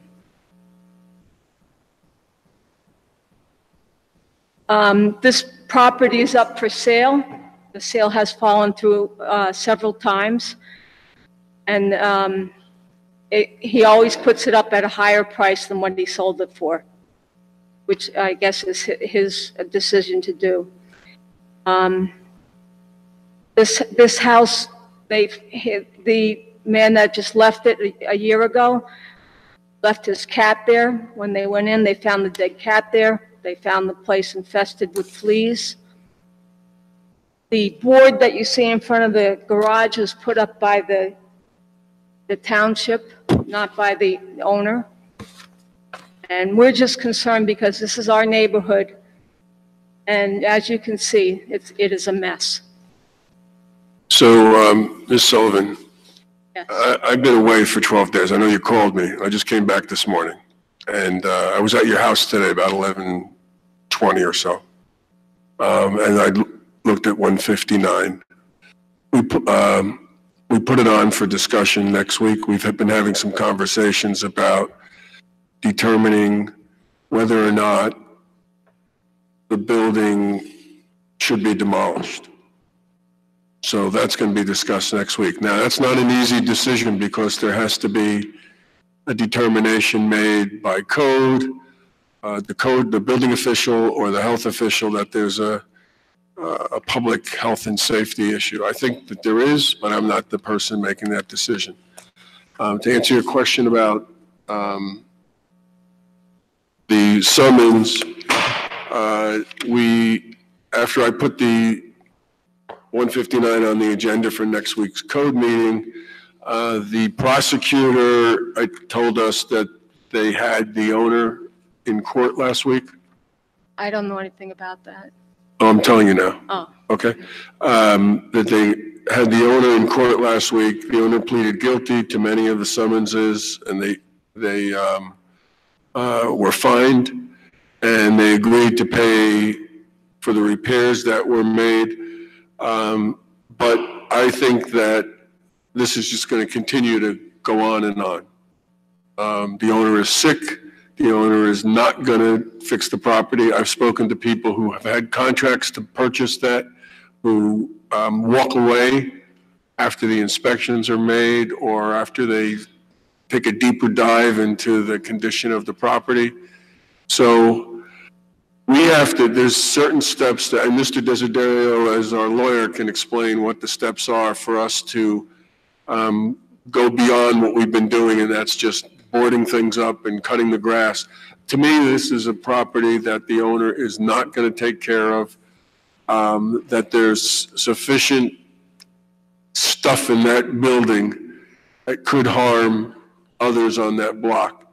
But again, that has to be made by Mr. Rowe and Mr. Mendola. That's what we're going to talk about next week at our code enforcement meeting. Mr. Desiderio, do you want to talk about the process that one would have to go through? Right. Within our property maintenance code, there is a Could you go to the microphone a little bit closer? Within the property maintenance code, there is a provision with regard to properties like this, but what it requires due process, and that means that notice has to be given to the owner. So assuming the code enforcement officer, health officer make that declaration, they have to write a report to the township committee.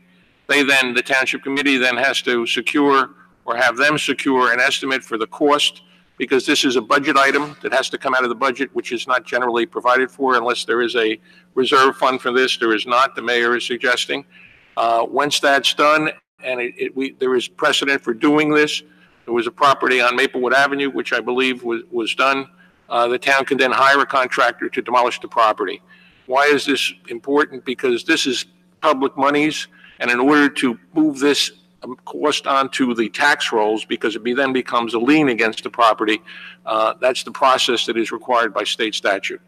So it can be done, it has been done, but there is a process that has to be followed. And it does take time because they do have the ability to go to court to stop us. So, but there's no, we've also, and unfortunately she's not here, but we also are calling the DPW to go over to board up the garage and board up the broken windows. Yeah, the back door. Wherever's open. I'm concerned there's people going on the property because the back door is ripped off. And Whatever, I don't like that. whatever's open, we'll board up because we've tried to deal in the normal course of dealing with a property owner. We've dealt with the property owner. We dealt with the realtor for a while. No one is doing anything there, and I just don't think they're going to do anything there. If I could say something, I'm actually a real estate agent as well, and I had a client I live across the street, and I had a client that put in an offer on the house. So I've been inside the house, and I actually have a video that I took for my client. So I have a video of the interior of the house, upstairs, downstairs, the whole thing. There's also spray painted on the front yard, what I'm assuming is what they found, an underground oil tank. I don't have any exact knowledge of that. I did talk to the listing agent about it, and I don't know if it's leaking. Who knows what it's like under there? So that's probably something that should be looked into as well. I don't know, does the city come in with like a city home inspector kind of thing? And like, how does that work, No. Does the city come in with a state home inspector, be like, oh yeah, this house is ready to be, no? No, so our construction official would make that determination around the structural soundness of the building.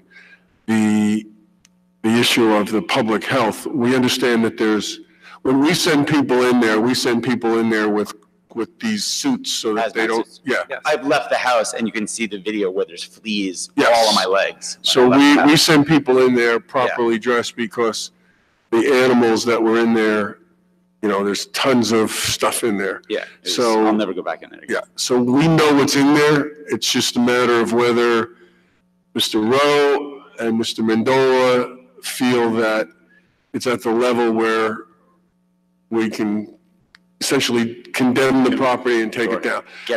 Remember, this is private property. And there's a process, there's a constitutional right to your property. So for us to take it, we have to have a reason to do that, and it has to be justified and legally justified. And they can list it at whatever they want, because I'm sure there's tons of contractors who will come in for the right price and flip it, but whatever they can get for it, they're going to try to get. But we know that we can't leave it alone. We went in and boarded it up, as you said, but the stuff is coming down, and the garage is starting to fall down. Yeah. And sure. I was there, as I said, I was there today, and I walked around and looked in the backyard. I saw it all there. So we're going to get on it, and we're going to do so. I put it, as soon as I came back, I put it on the agenda for next week, because we're going to talk about it and try to get something done. Next committee meeting? No, it's a Tuesday morning, 8 o'clock in the morning. We have a committee, a code committee meeting. I'd be allowed to? You can certainly come. But believe, there's nothing you can say that I'm not going to say. We're going to do something about it. We're just not going to leave it the way it is now. You all have lived with that for too long. First, we had to live with the dog, if you remember that. Yeah, of course. Right? You all remember that. Okay, yeah, you remember that because you came and found me. So first we had to deal with the dog, and now we have to deal with the house. This is a situation where the family is not able, not willing, and not going to take care of that house, and we have to step in. What kind of time frame do you think that? Say all the ducks are in a row and So determine that it's ready to go so down, what kind of time we meet again on May 7th? No, I'm sorry, April, The Code Enforcement Committee? no. What's April sorry, 9th, April 9th. That's a Tuesday. No. April 16th. Our next meeting is April 16th. That would be if there's a determination that has to be taken down, that would be the date that we would approve that to happen. And then, once it's determined, Then there has to be a notice to them, okay. and they have a certain amount of period. What do you think? Off the top of my head, I don't know how long it At a is. certain period, would they be able to respond? Okay. Which I think they probably will. And then we have to go to court and justify our decision. So it could be, it could be into May or June. That's what I'm saying. Is it 2 months? Is it 8 months? But no, it's not 8 months. And in the meantime, we would go and secure it so that no one can go in there, and that we'll get it cleaned up and get that garage door sealed. I have to speak about the securing. I've been in charge of redoing that garage. My neighbors are telling me not to do it anymore. So every day when I walk the dog, go over and I put the boards back up. So if the town's going to board it up, could they please bring some nails with them and hammer? If not, Or else we'll come to your house to get it. No problem. And my other question. You know what? When they're there, why don't you come over and supervise the job? Yes. They snuck in there before I could. All right. I'm not, well, anyway. The other thing is, could you not get the inspection reports from the other real estate No. agents? They won't give you those. We could have, we have no right to them. Those are. Well, if we ask nice, because we have heard from, whatever, because you're loud enough, where the real estate agents have told us, there's black mold in the cellar. We've heard that. So I've heard that too. That's the health. Yes. We don't let our children approach the house. so. This is the thing. The reports are helpful because they give us some information, but we have to send our people in and they have to see it themselves. And they have to make that So determination. that's one trip for them with a hazmat suit. We're living there. I understand I that. can't submit no. I have video. We may subpoena stuff if that requires, but I don't know. I think we, as I said, you can ask them all because they all get the email. I put it on the agenda for next Tuesday morning as soon as I came home. And I landed this morning at 10 o'clock. I was at your house at 11:06 or 11, well, actually it was about 11:20 or so. I went around the building. I know what's going on there, and we put it on. We're going to take action. Thank you. All right. You can Thank keep the you. photos. Thank you. Thank you. Would anyone else like to address the Board of Health? Do they like those back? Do they want those? You want your pictures back? So we can keep them. Oh, should I keep them? Yeah. Yeah, okay. That's good. We'll keep them. Yep, thank you. Seeing no one, I'll entertain a motion to adjourn. Second. A motion. Move to adjourn. Second. Mr. Dario. Ms. Adams? Yes. Mr. Daffis? Yes. Excuse me. Mayor DeLuca? Yes. Mr. McGehee? Yes, thank you. Okay, we're back on item number 20. It's an ordinance on final passage. An ordinance to require a zoning review within the Township of Maplewood. This ordinance will require every party as a condition proceeding to development, erection, construction, reconstruction, alteration, conversion, or installation of a structure or building to secure a zoning review from the zoning officer of the Township of Maplewood. This ordinance has been Published. This ordinance has been published, copies posted on the bulletin board in the municipal building, and copies made available to the general public in accordance with the law. Is there anyone who would like to speak on this ordinance? Seeing no one, we'll close the public hearing. And Mr. Daffis, can we get a motion? Yes, Mayor, I move this ordinance be adopted as a whole and the clerk be directed to publish the same as a passed ordinance in the Maplewood South Orange News Record according to law. Second. Any discussion? Please call the roll. Ms. Adams? Yes. Mr. Daffis? Yes. Mr. McGehee? Yes. Mayor DeLuca? Yes, thank you. The next ordinance is the one on plastic and paper bags, and so we're going to have a hearing. First, we're going to go through our little piece here. Mr. Desiderio, we tabled this at a previous meeting and set up tonight. We have an ordinance that we want to reintroduce tonight, That is correct. substitute for the previous. Could you explain how we're going to do that? Effectively, what you're doing is as it is reintroduced with the amendments, you're effectively going to be passing the amendments on first reading with a final on May the 7th, I believe, correct? Yes. Yes. So effectively, what you're doing is passing the amendments from the last meeting. Okay. All right. So let's read the statement of the ordinance. This Then we'll is have a public hearing. Item number 21, reintroduction of new ordinance number 2946-19, an ordinance to prohibit the use of plastic bags and regulate the use of paper bags by retail establishments within the Township of Maplewood.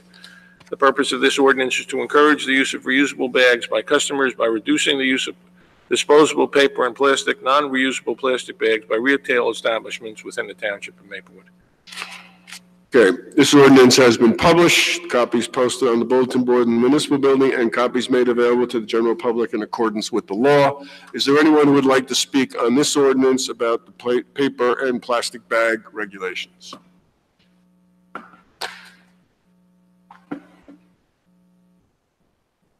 Hello, my name is Sheila Baker Gujral. I reside at 38 Kendall Avenue, and I'm a member of the Environmental Advisory Committee and the Essex County Environmental Commission, and I work at the Association of New Jersey Environmental Commissions.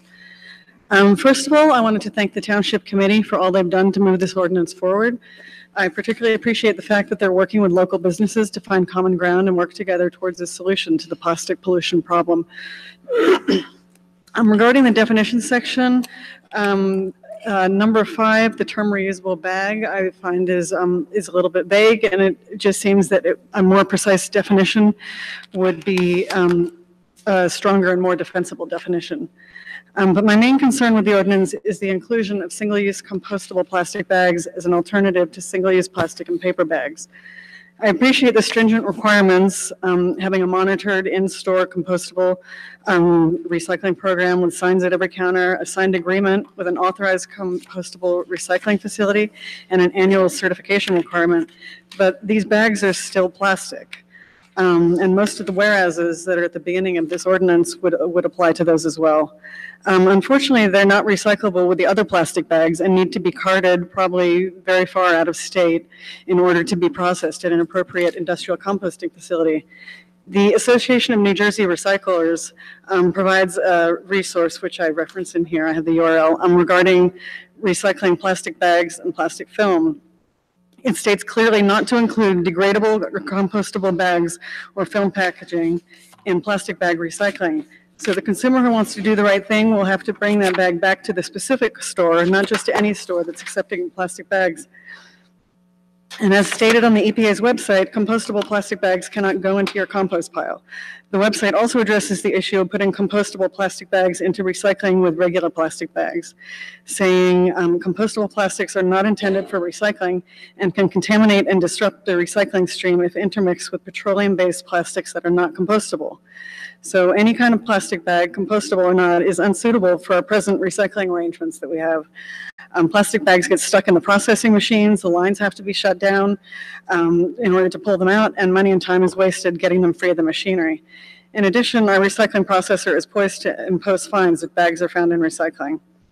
Again, I applaud the Township Committee for its concerted efforts on this issue and for taking the time to get it right. And I just urge you to reconsider the inclusion or exclusion, excuse me, of compostable plastic bags in this ordinance. Thank you.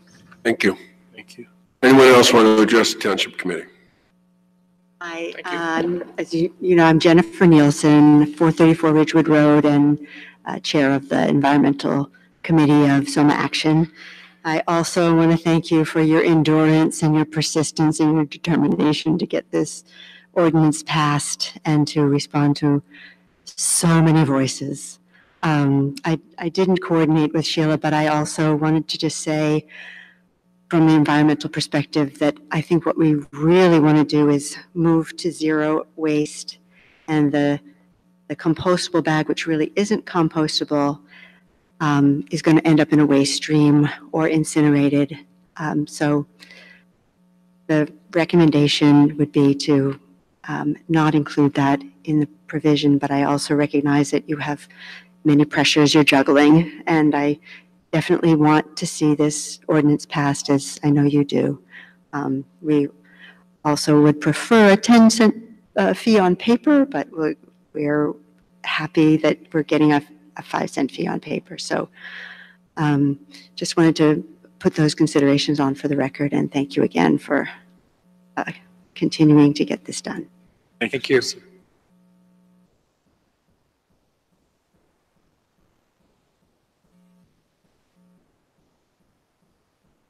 Good evening. I'm Julia Summer. I live at 682 Prospect Street, and so does. All right, I'll speak first. I also want to reiterate my excitement that this ordinance is hopefully about to get passed or very soon, and I just wanted to reassure you that we have the wind at our back, because in a week, Tuscan School is starting an enrichment class with 3rd to 5th graders who are going to be learning about the issue. I'm going to be the teacher, and they're going to be learning also how to educate fellow citizens about the upcoming bag ban, and hopefully that will be the start. There's already been a number of discussions with other educators in the district as to how other schools can also use students as a way to teach adults about the importance of ridding ourselves of single-use plastic. Thank you. Thank you. Hello, good evening. Alex Heil, 682 Prospect Street in Maplewood. I've addressed the committee twice. I just wanted to reiterate that I appreciate your efforts on this particular issue. I am a professor at Columbia University in the city and a researcher in residence at Montclair State University. I just wanted to provide you with the update that during my environmental economics course in the spring, students have been particularly interested in the ban on plastic bags and the fee on paper issue. Two students groups that are actually going to provide some research, further investigation of the issue, and provide some materials that could be used for a public outreach effort, which I can then share with interested parties, the committee, and others in the Orange. And I have another research assistant lined up now for the summer who is going to work with me on some of the evaluation of the policy, development, distribution materials, looking at some of the that may be experienced by local residents. So I'm looking forward to working with the Township and the Township Committee here, and look forward to the ban being passed. Thank you very much. Appreciate your effort. Thank you. Thank you.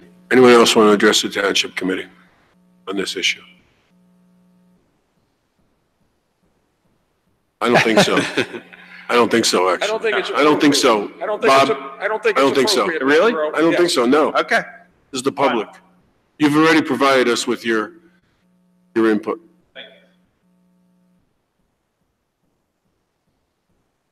Anyone else?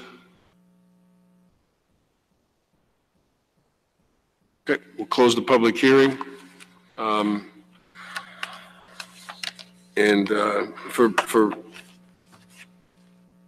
for purposes of discussion, we get a motion? Mayor, I move the ordinance of the passage of this ordinance on first reading. Its publication according to law in the Maplewood South Orange News Record, and hearing to be held on May 7. Second. Call the roll. No, not yet. Discussion. No, discussion. I'm just trying to help Yeah. you out. So, no. Talk. So, there's a couple of issues that came up tonight. One about the definition. When we were drafting this, we did look at a lot of definitions of what a reusable bag is. Some towns have a certain amount of, have to be a certain size, a certain thickness, has to be either cloth or plastic or not, or this has to be able to carry so many pounds for so many different visits. We kind of said, you know what, people should figure out what a reusable bag is. I don't think because the more you put into an ordinance, that always has to be enforced, or it has to be evaluated. And what happens if you don't have that bag that can be used 15 times or 127 times. So people will figure out. So that's how we came down on the definition issue. On the compostable bags, this is not a perfect ordinance. Nope. We were clear here about, we saw some economic impact a couple of meetings ago from folks who either work at the extra supermarket in town or represent labor folks there, represent the shoppers there. We've gotten information from the NAACP about concerns about, as much as they support this, the concerns about that lower income folks are going to be disproportionately affected here. I think what we did is we came up with a compromise here that they brought to us. I don't think anybody else in town is going to use a compostable bag. I think we set up a pretty high hurdle for them to use a compostable bag. I just want to say, their clientele is primarily residents of Newark and Irvington. That's what they told us. And we need to, and also their clientele is a multilingual clientele. And I think we need to take time to work with them. They said to us that they would work with us on, with Haitian Radio and with programs there to get people to do reusable bags. If they don't, then we don't have to approve them using the compostable bags. We set this up that we have to approve it. Not we, the Township Committee, but the town has to approve it. So if they don't if they don't follow what they said that they would do, then we just won't let them use those bags and they won't be able to use plastic. And so they're going to have to figure out some other way. But they are committed to working with us to promote the reusable bags.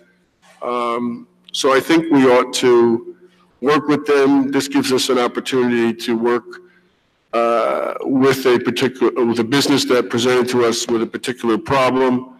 And I think, again, this may not be perfect, but it's pretty good. Yeah.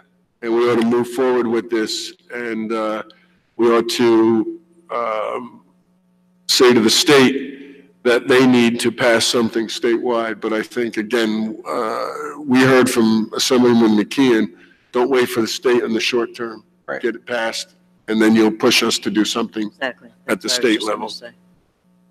Right. Except New York is doing exactly this ordinance. So I'm going to echo the mayor's remarks. I'm not going to let the perfect be the enemy of the good. I have reservations about the compostable bag provision here. But I also do recognize that it's a compromise for now. And the effectiveness of this ordinance or any such related ordinance is really going to be the educational campaign on the ground with consumers all around town. I think in some parts of town, this will be embraced very quickly and easily. And in other parts of town, it's going to be more difficult. And that's where we really have to do the hard work. This is important. This is the framework, but this is not really where it's at in terms of being more green and getting rid of these awful bags. And I do think we really need to think about low-income communities who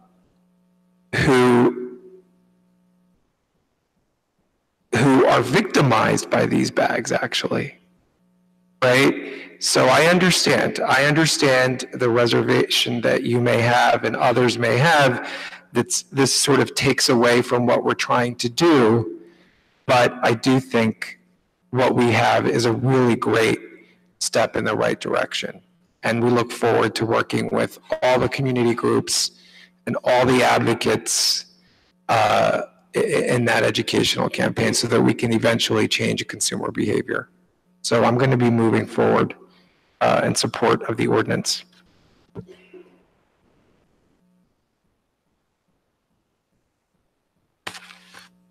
I think we've said a lot on this ordinance already. I think the previous meeting we had, or 2 meetings ago, when we had constituents, merchants, residents come and discuss their particular use cases. In the end, we found out that that it's not perfect, but at the same time, we did see something where we can move forward collectively. We not only did we address an issue with one of our biggest ratables in Maplewood, but we also listened to some of our great smaller merchants, particularly in the village, on the paper side. So I think, we should recognize that there's a lot of work that's been put into this ordinance to appease everyone with the construct to move forward with reducing single-use bags, but also supporting and promoting reusable bags. And as Mr. Daff has said, the education part, that's the next phase. But I think we work collectively toward that. Then this other bag they were talking about that is allowed in ordinance, it becomes an alternative, but not the primary source of use in this particular area. So I will be voting yes on this tonight. Please call the roll. Ms. Adams? Yes. Mr. Daffis? Yes. Mr. McGehee? Yes. Mayor DeLuca? Yes. We have an introduction of a new ordinance. This is item number 22, introduction of new ordinance. An ordinance to amend Chapter 6 of the Township of, to amend Chapter 6 of the Code of the Township of Maplewood entitled Administration of Government. This ordinance will revise the various divisions within the Department of Public Works into 6 divisions and establish that the supervisor of the Department of Public Works shall perform the duties of the Director of Public Works in his or her absence.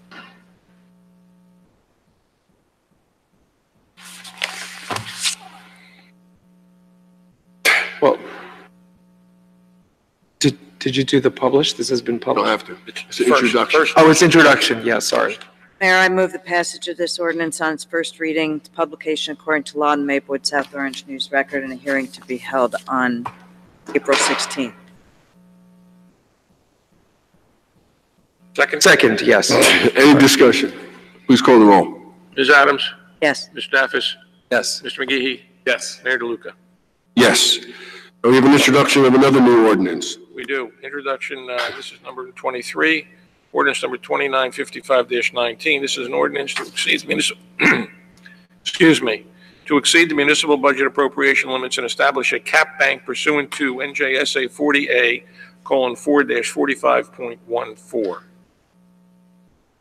Ms. Viveros, could you explain, we are passing an ordinance to exceed the budget appropriation limit and establish a cap bank. Could you explain what that is?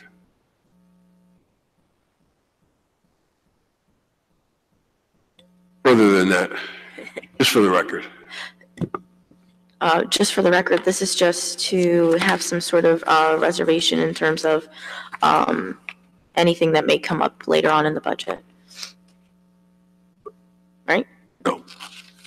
Okay. This is a cap bank. This is the, going above the 3.5%. Oh, okay. I thought he was, sorry. Correct. Okay. So going above the 2.5, we have to establish this and then go before the state to, I'm sorry, I'm not feeling well. Okay, let's pass it. We'll work on it. Okay, I move the passage of this ordinance on first reading, its publication according to law in the Maplewood South Orange News Record, and the hearing to be held on April 16th, 2019. Second. Please call the roll. Ms. Adams? Yes. Mr. Daffis? Yes. Mr. Lundberg? I'm sorry, Mr. McGehee? Yes. Mayor DeLuca? It's getting Yes. late. I apologize. Late. All right, we have one discussion item. Yeah, Mayor, I was going to take this off the agenda, but I was in Seattle all last week and forgot to do it. But I do want, and I've been assured in my own research that the New Jersey law is not as weak as the New York state law was before they changed it and made it stronger. But given what was going on what's been going on in Washington and with judicial appointments all through the country, I have concerns of the rights of women to choose what to do with their own bodies and the abortion law and all that goes with it. My understanding is that the New Jersey law has fewer limits, if any, than any other statute in any other state and should remain that way. So I don't think we need to do anything about this until such time as there's any perceived threat to that changing in any way. So that was the main reason I put it on. Okay, thank you. All right, item number 25, consent agenda. Can we get a motion? I move the adoption of the consent agenda, Mr. Mayor, item 1 through 18. I actually have a question about one of them. Sure. Number 4, so this is for the contract to Diano, how do you say that? D'Onofrio? And for their mowing on the large turf fields. So previously, we were in shared service with South Orange. On this, we're no longer doing that? Correct. So we were with South Orange and the Board of Education. Right. So they decided to do it on their own. So we went out to bid on our own. And this was the only bid we got? Yes, it was the only bid. The only qualified bidder? Yes. The only Had major The only problems with bidder, them. correct. Huh? The only bidder. The only bidder. Even, okay. I just had, I mean, you know my issues with it. They did a really poor job last year and did damage to our fields, and I have concerns about awarding them this. But if we have no other choice. Can we put some benchmarks in terms of making sure that they fulfill the obligation of the contract? Oversight by DPW or something like that? They just ripped up so many areas of the parks. In the contract, though? The contract's already. Oh, no, they have to do the job. No, yes, they have to do the workmanlike manner, and clearly, oversight should be provided. I agree.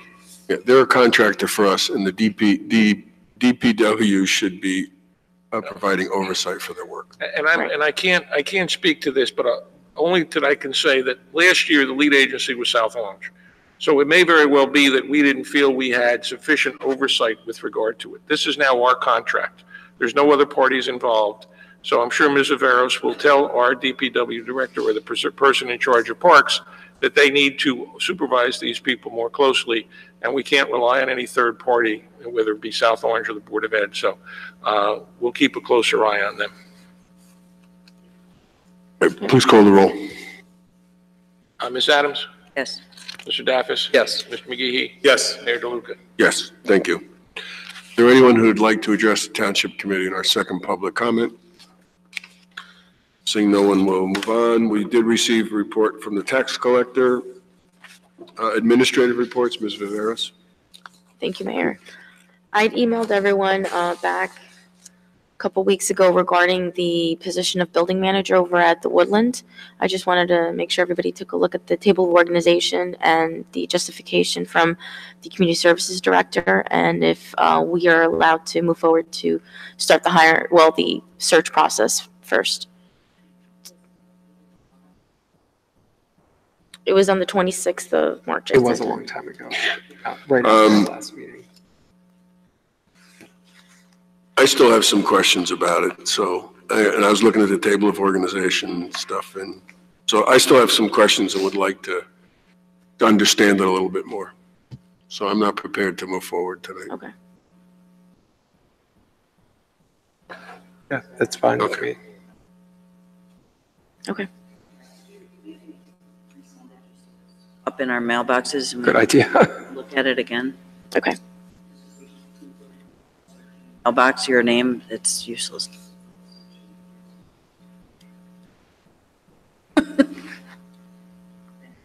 Sure.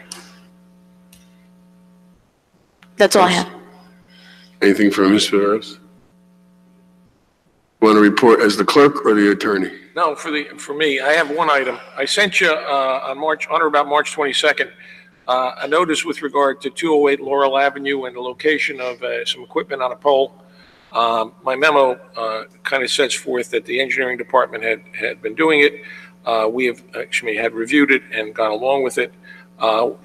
We've had similar requests, and you've granted permission. They have permission from PSE&G to use the pole. It's my suggestion that you grant the approval subject to an agreement and a certificate of insurance in the amount of $3 million for the benefit of the township. So, I'm sorry, are you not here? Having trouble. I'm sorry, I apologize. What basically it is, it's a provider who wants to locate a piece of equipment on one pole in front of 206, I think it is, Laurel Avenue, 208 Laurel Avenue in Maplewood. It's some type of internet provider. I don't know all the specific details. Engineering has reviewed it. They've approved it. We've done this in the past. Because it's in the public right-of-way, they need your permission, and I would suggest that you allow it. So he's reviewed it and reference to any. Yes. It's on the corner of Laurel and Franklin, just because there's two Laurels. This is the Laurel over on the Irvington border. There's a pole right on that corner. Yes. Like those, remember those 200? No, it's not a free, this is just another piece of equipment that would go on the pole. And like I said, TSC&G has already given their permission, so. I would move it.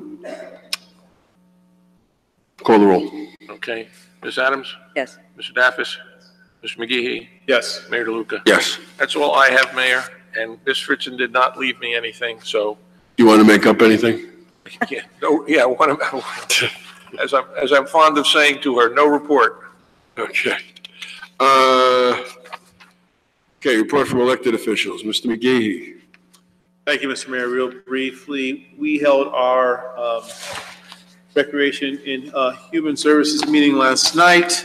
A couple takeaways. I wanted to recognize first the rec department for their work. There are a lot of events going on in our town for young and old, and they're really, really phenomenal. They're filling up fast. We have a funky, fun art project, or I should say, platform where we're going to be doing an art workshop called Street Art and Graffiti during school break. It's from 9 a.m. to 3 p.m.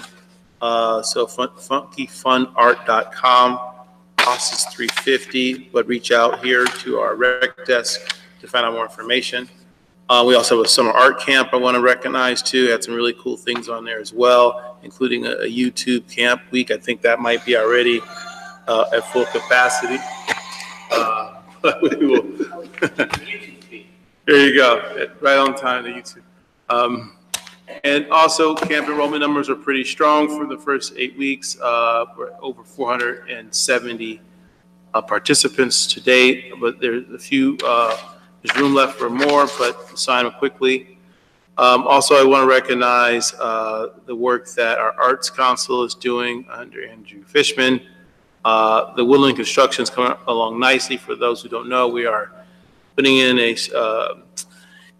extra stairwell or staircase on the side, and also working on the third floor. We'll be opening it up soon for more programming. And also, there's quite a few events coming up in the coming months as well for the Woodland. I also want to recognize that our welfare department is working diligently to look for opportunities to help with our humanitarian aids for those in need, those who are homeless. And they will continue to work to look for alternate solutions outside of the standard solutions, which are unfortunately to sleep where you can. And so we'll be looking to work with not just our town, but other towns to find alternate solutions for those humans in need. And then finally, on a personal note, 2 years ago, I had the opportunity to interact with a young African-American woman back home in the city of Chicago. I'm proud to announce that Ms. Lori Lightfoot is now the first African-American mayor of the city of Chicago. Great. She won tonight? She won tonight. Oh, wow. Great. Ms. Adams. Yes, Mayor, a couple things. It's now April, so Women's History Month is concluded, although there are still a couple of events in Maplewood Library's Ideas Festival at Spotlight Women for the first couple events they have in April. So I urge everyone to check that out. You can still go to somawomen.org to see those events and other events as well. Plus, I've updated that website. You can go on and read about women-owned businesses supposed to be Maplewood South Orange, but so you can go and get a little spotlight on some of our great independently owned businesses owned by women. Also, I attended the ANJAC roundtable last night at the Turtleback Zoo Education Center to hear Assemblyman McKeon update us on state environmental and progress they're making. They are passing the stormwater utility legislation to permit municipalities, counties, or conglomerations of municipalities to create a utility to have funding to control stormwater runoff. And just as an aside to that, locally, and Engineering and Public Works, we've been talking with our engineer about incorporating, whenever possible, stormwater management solutions in any road program or reconstruction as he plans and designs them. So I think that's an important step locally. They also, the state, as the mayor said before, Assemblyman McKeon urged all municipalities, and there were several represented there from the area, that they pass their own plastic bag bans or restrictions, or to urge the state to move. Much easier for us and for all of our businesses. The other thing I wanted to bring up was a stop sign request at Winthrop Place and Maplewood Avenue. We received a memorandum from our engineer saying that the Winthrop and Maplewood Avenue, there's no stop sign on Winthrop. The engineer evaluated it. The sight distance is not acceptable for vehicles to come to a complete stop or need to, in order to make sure they can safely proceed onto Maplewood Avenue. So due to the sight distance mostly, even though it's a T intersection, did a warrant analysis and concluded that a stop sign there is warranted. So we need to alert the public on this because it will impact existing permit parking. State statute requires 50 feet from a proposed stop sign as required by law. So there will be some loss of permit parking. So on Winthrop Place. Mr. Desiderio, you need to prepare Well, I need a memo from the engineer. Right. And I'll need, excuse me for interrupting, but I'll need two, because we'll have to put the stop sign ordinance and then we'll have to amend the parking ordinance as well. So I need really two memos from them, one with the stop sign and one with the amended distance. Okay. Mr. Veras, would you let the engineer know that? See if we can get it on for next meeting. Next week's. Planning on sending a memo. So he'll, or not, this was just to Engineering and Public Works Committee. That's all I have, Mayor. Mathis. No report. Ooh, I got four things. My next office hours are Tuesday, the April 9th from 7 to 8 p.m. here in Town Hall. It was mentioned before about the Ideas Festival. This is the last week. There's an activity tomorrow night, Friday night, and then Saturday is the final activity at the library. So please go to the Maplewood Library website and check that out. Happy to report that we received a letter from the Commissioner of the Department of Transportation that for 2019, our municipal aid program grant is in the amount of $450,000. Said that the department received 681 applications requesting more than $377 million, and there's 161 million available in funds. So not everybody got everything, including us. But we did get 450, and the engineer thinks that that's great. And I will give you the award letter so you have it for your files. And lastly, the fire department is accepting entrance for an entrance exam, applications for an entrance exam. The applications will be available from April 17th to April 24th at the fire headquarters, 105 Donnell Road. And you can go on our website. We have the information that you need or the fire department website. And we're limiting it to the first 200 applications who return their applications. So that's it. We get a motion to adjourn? So moved. Second. All in favor?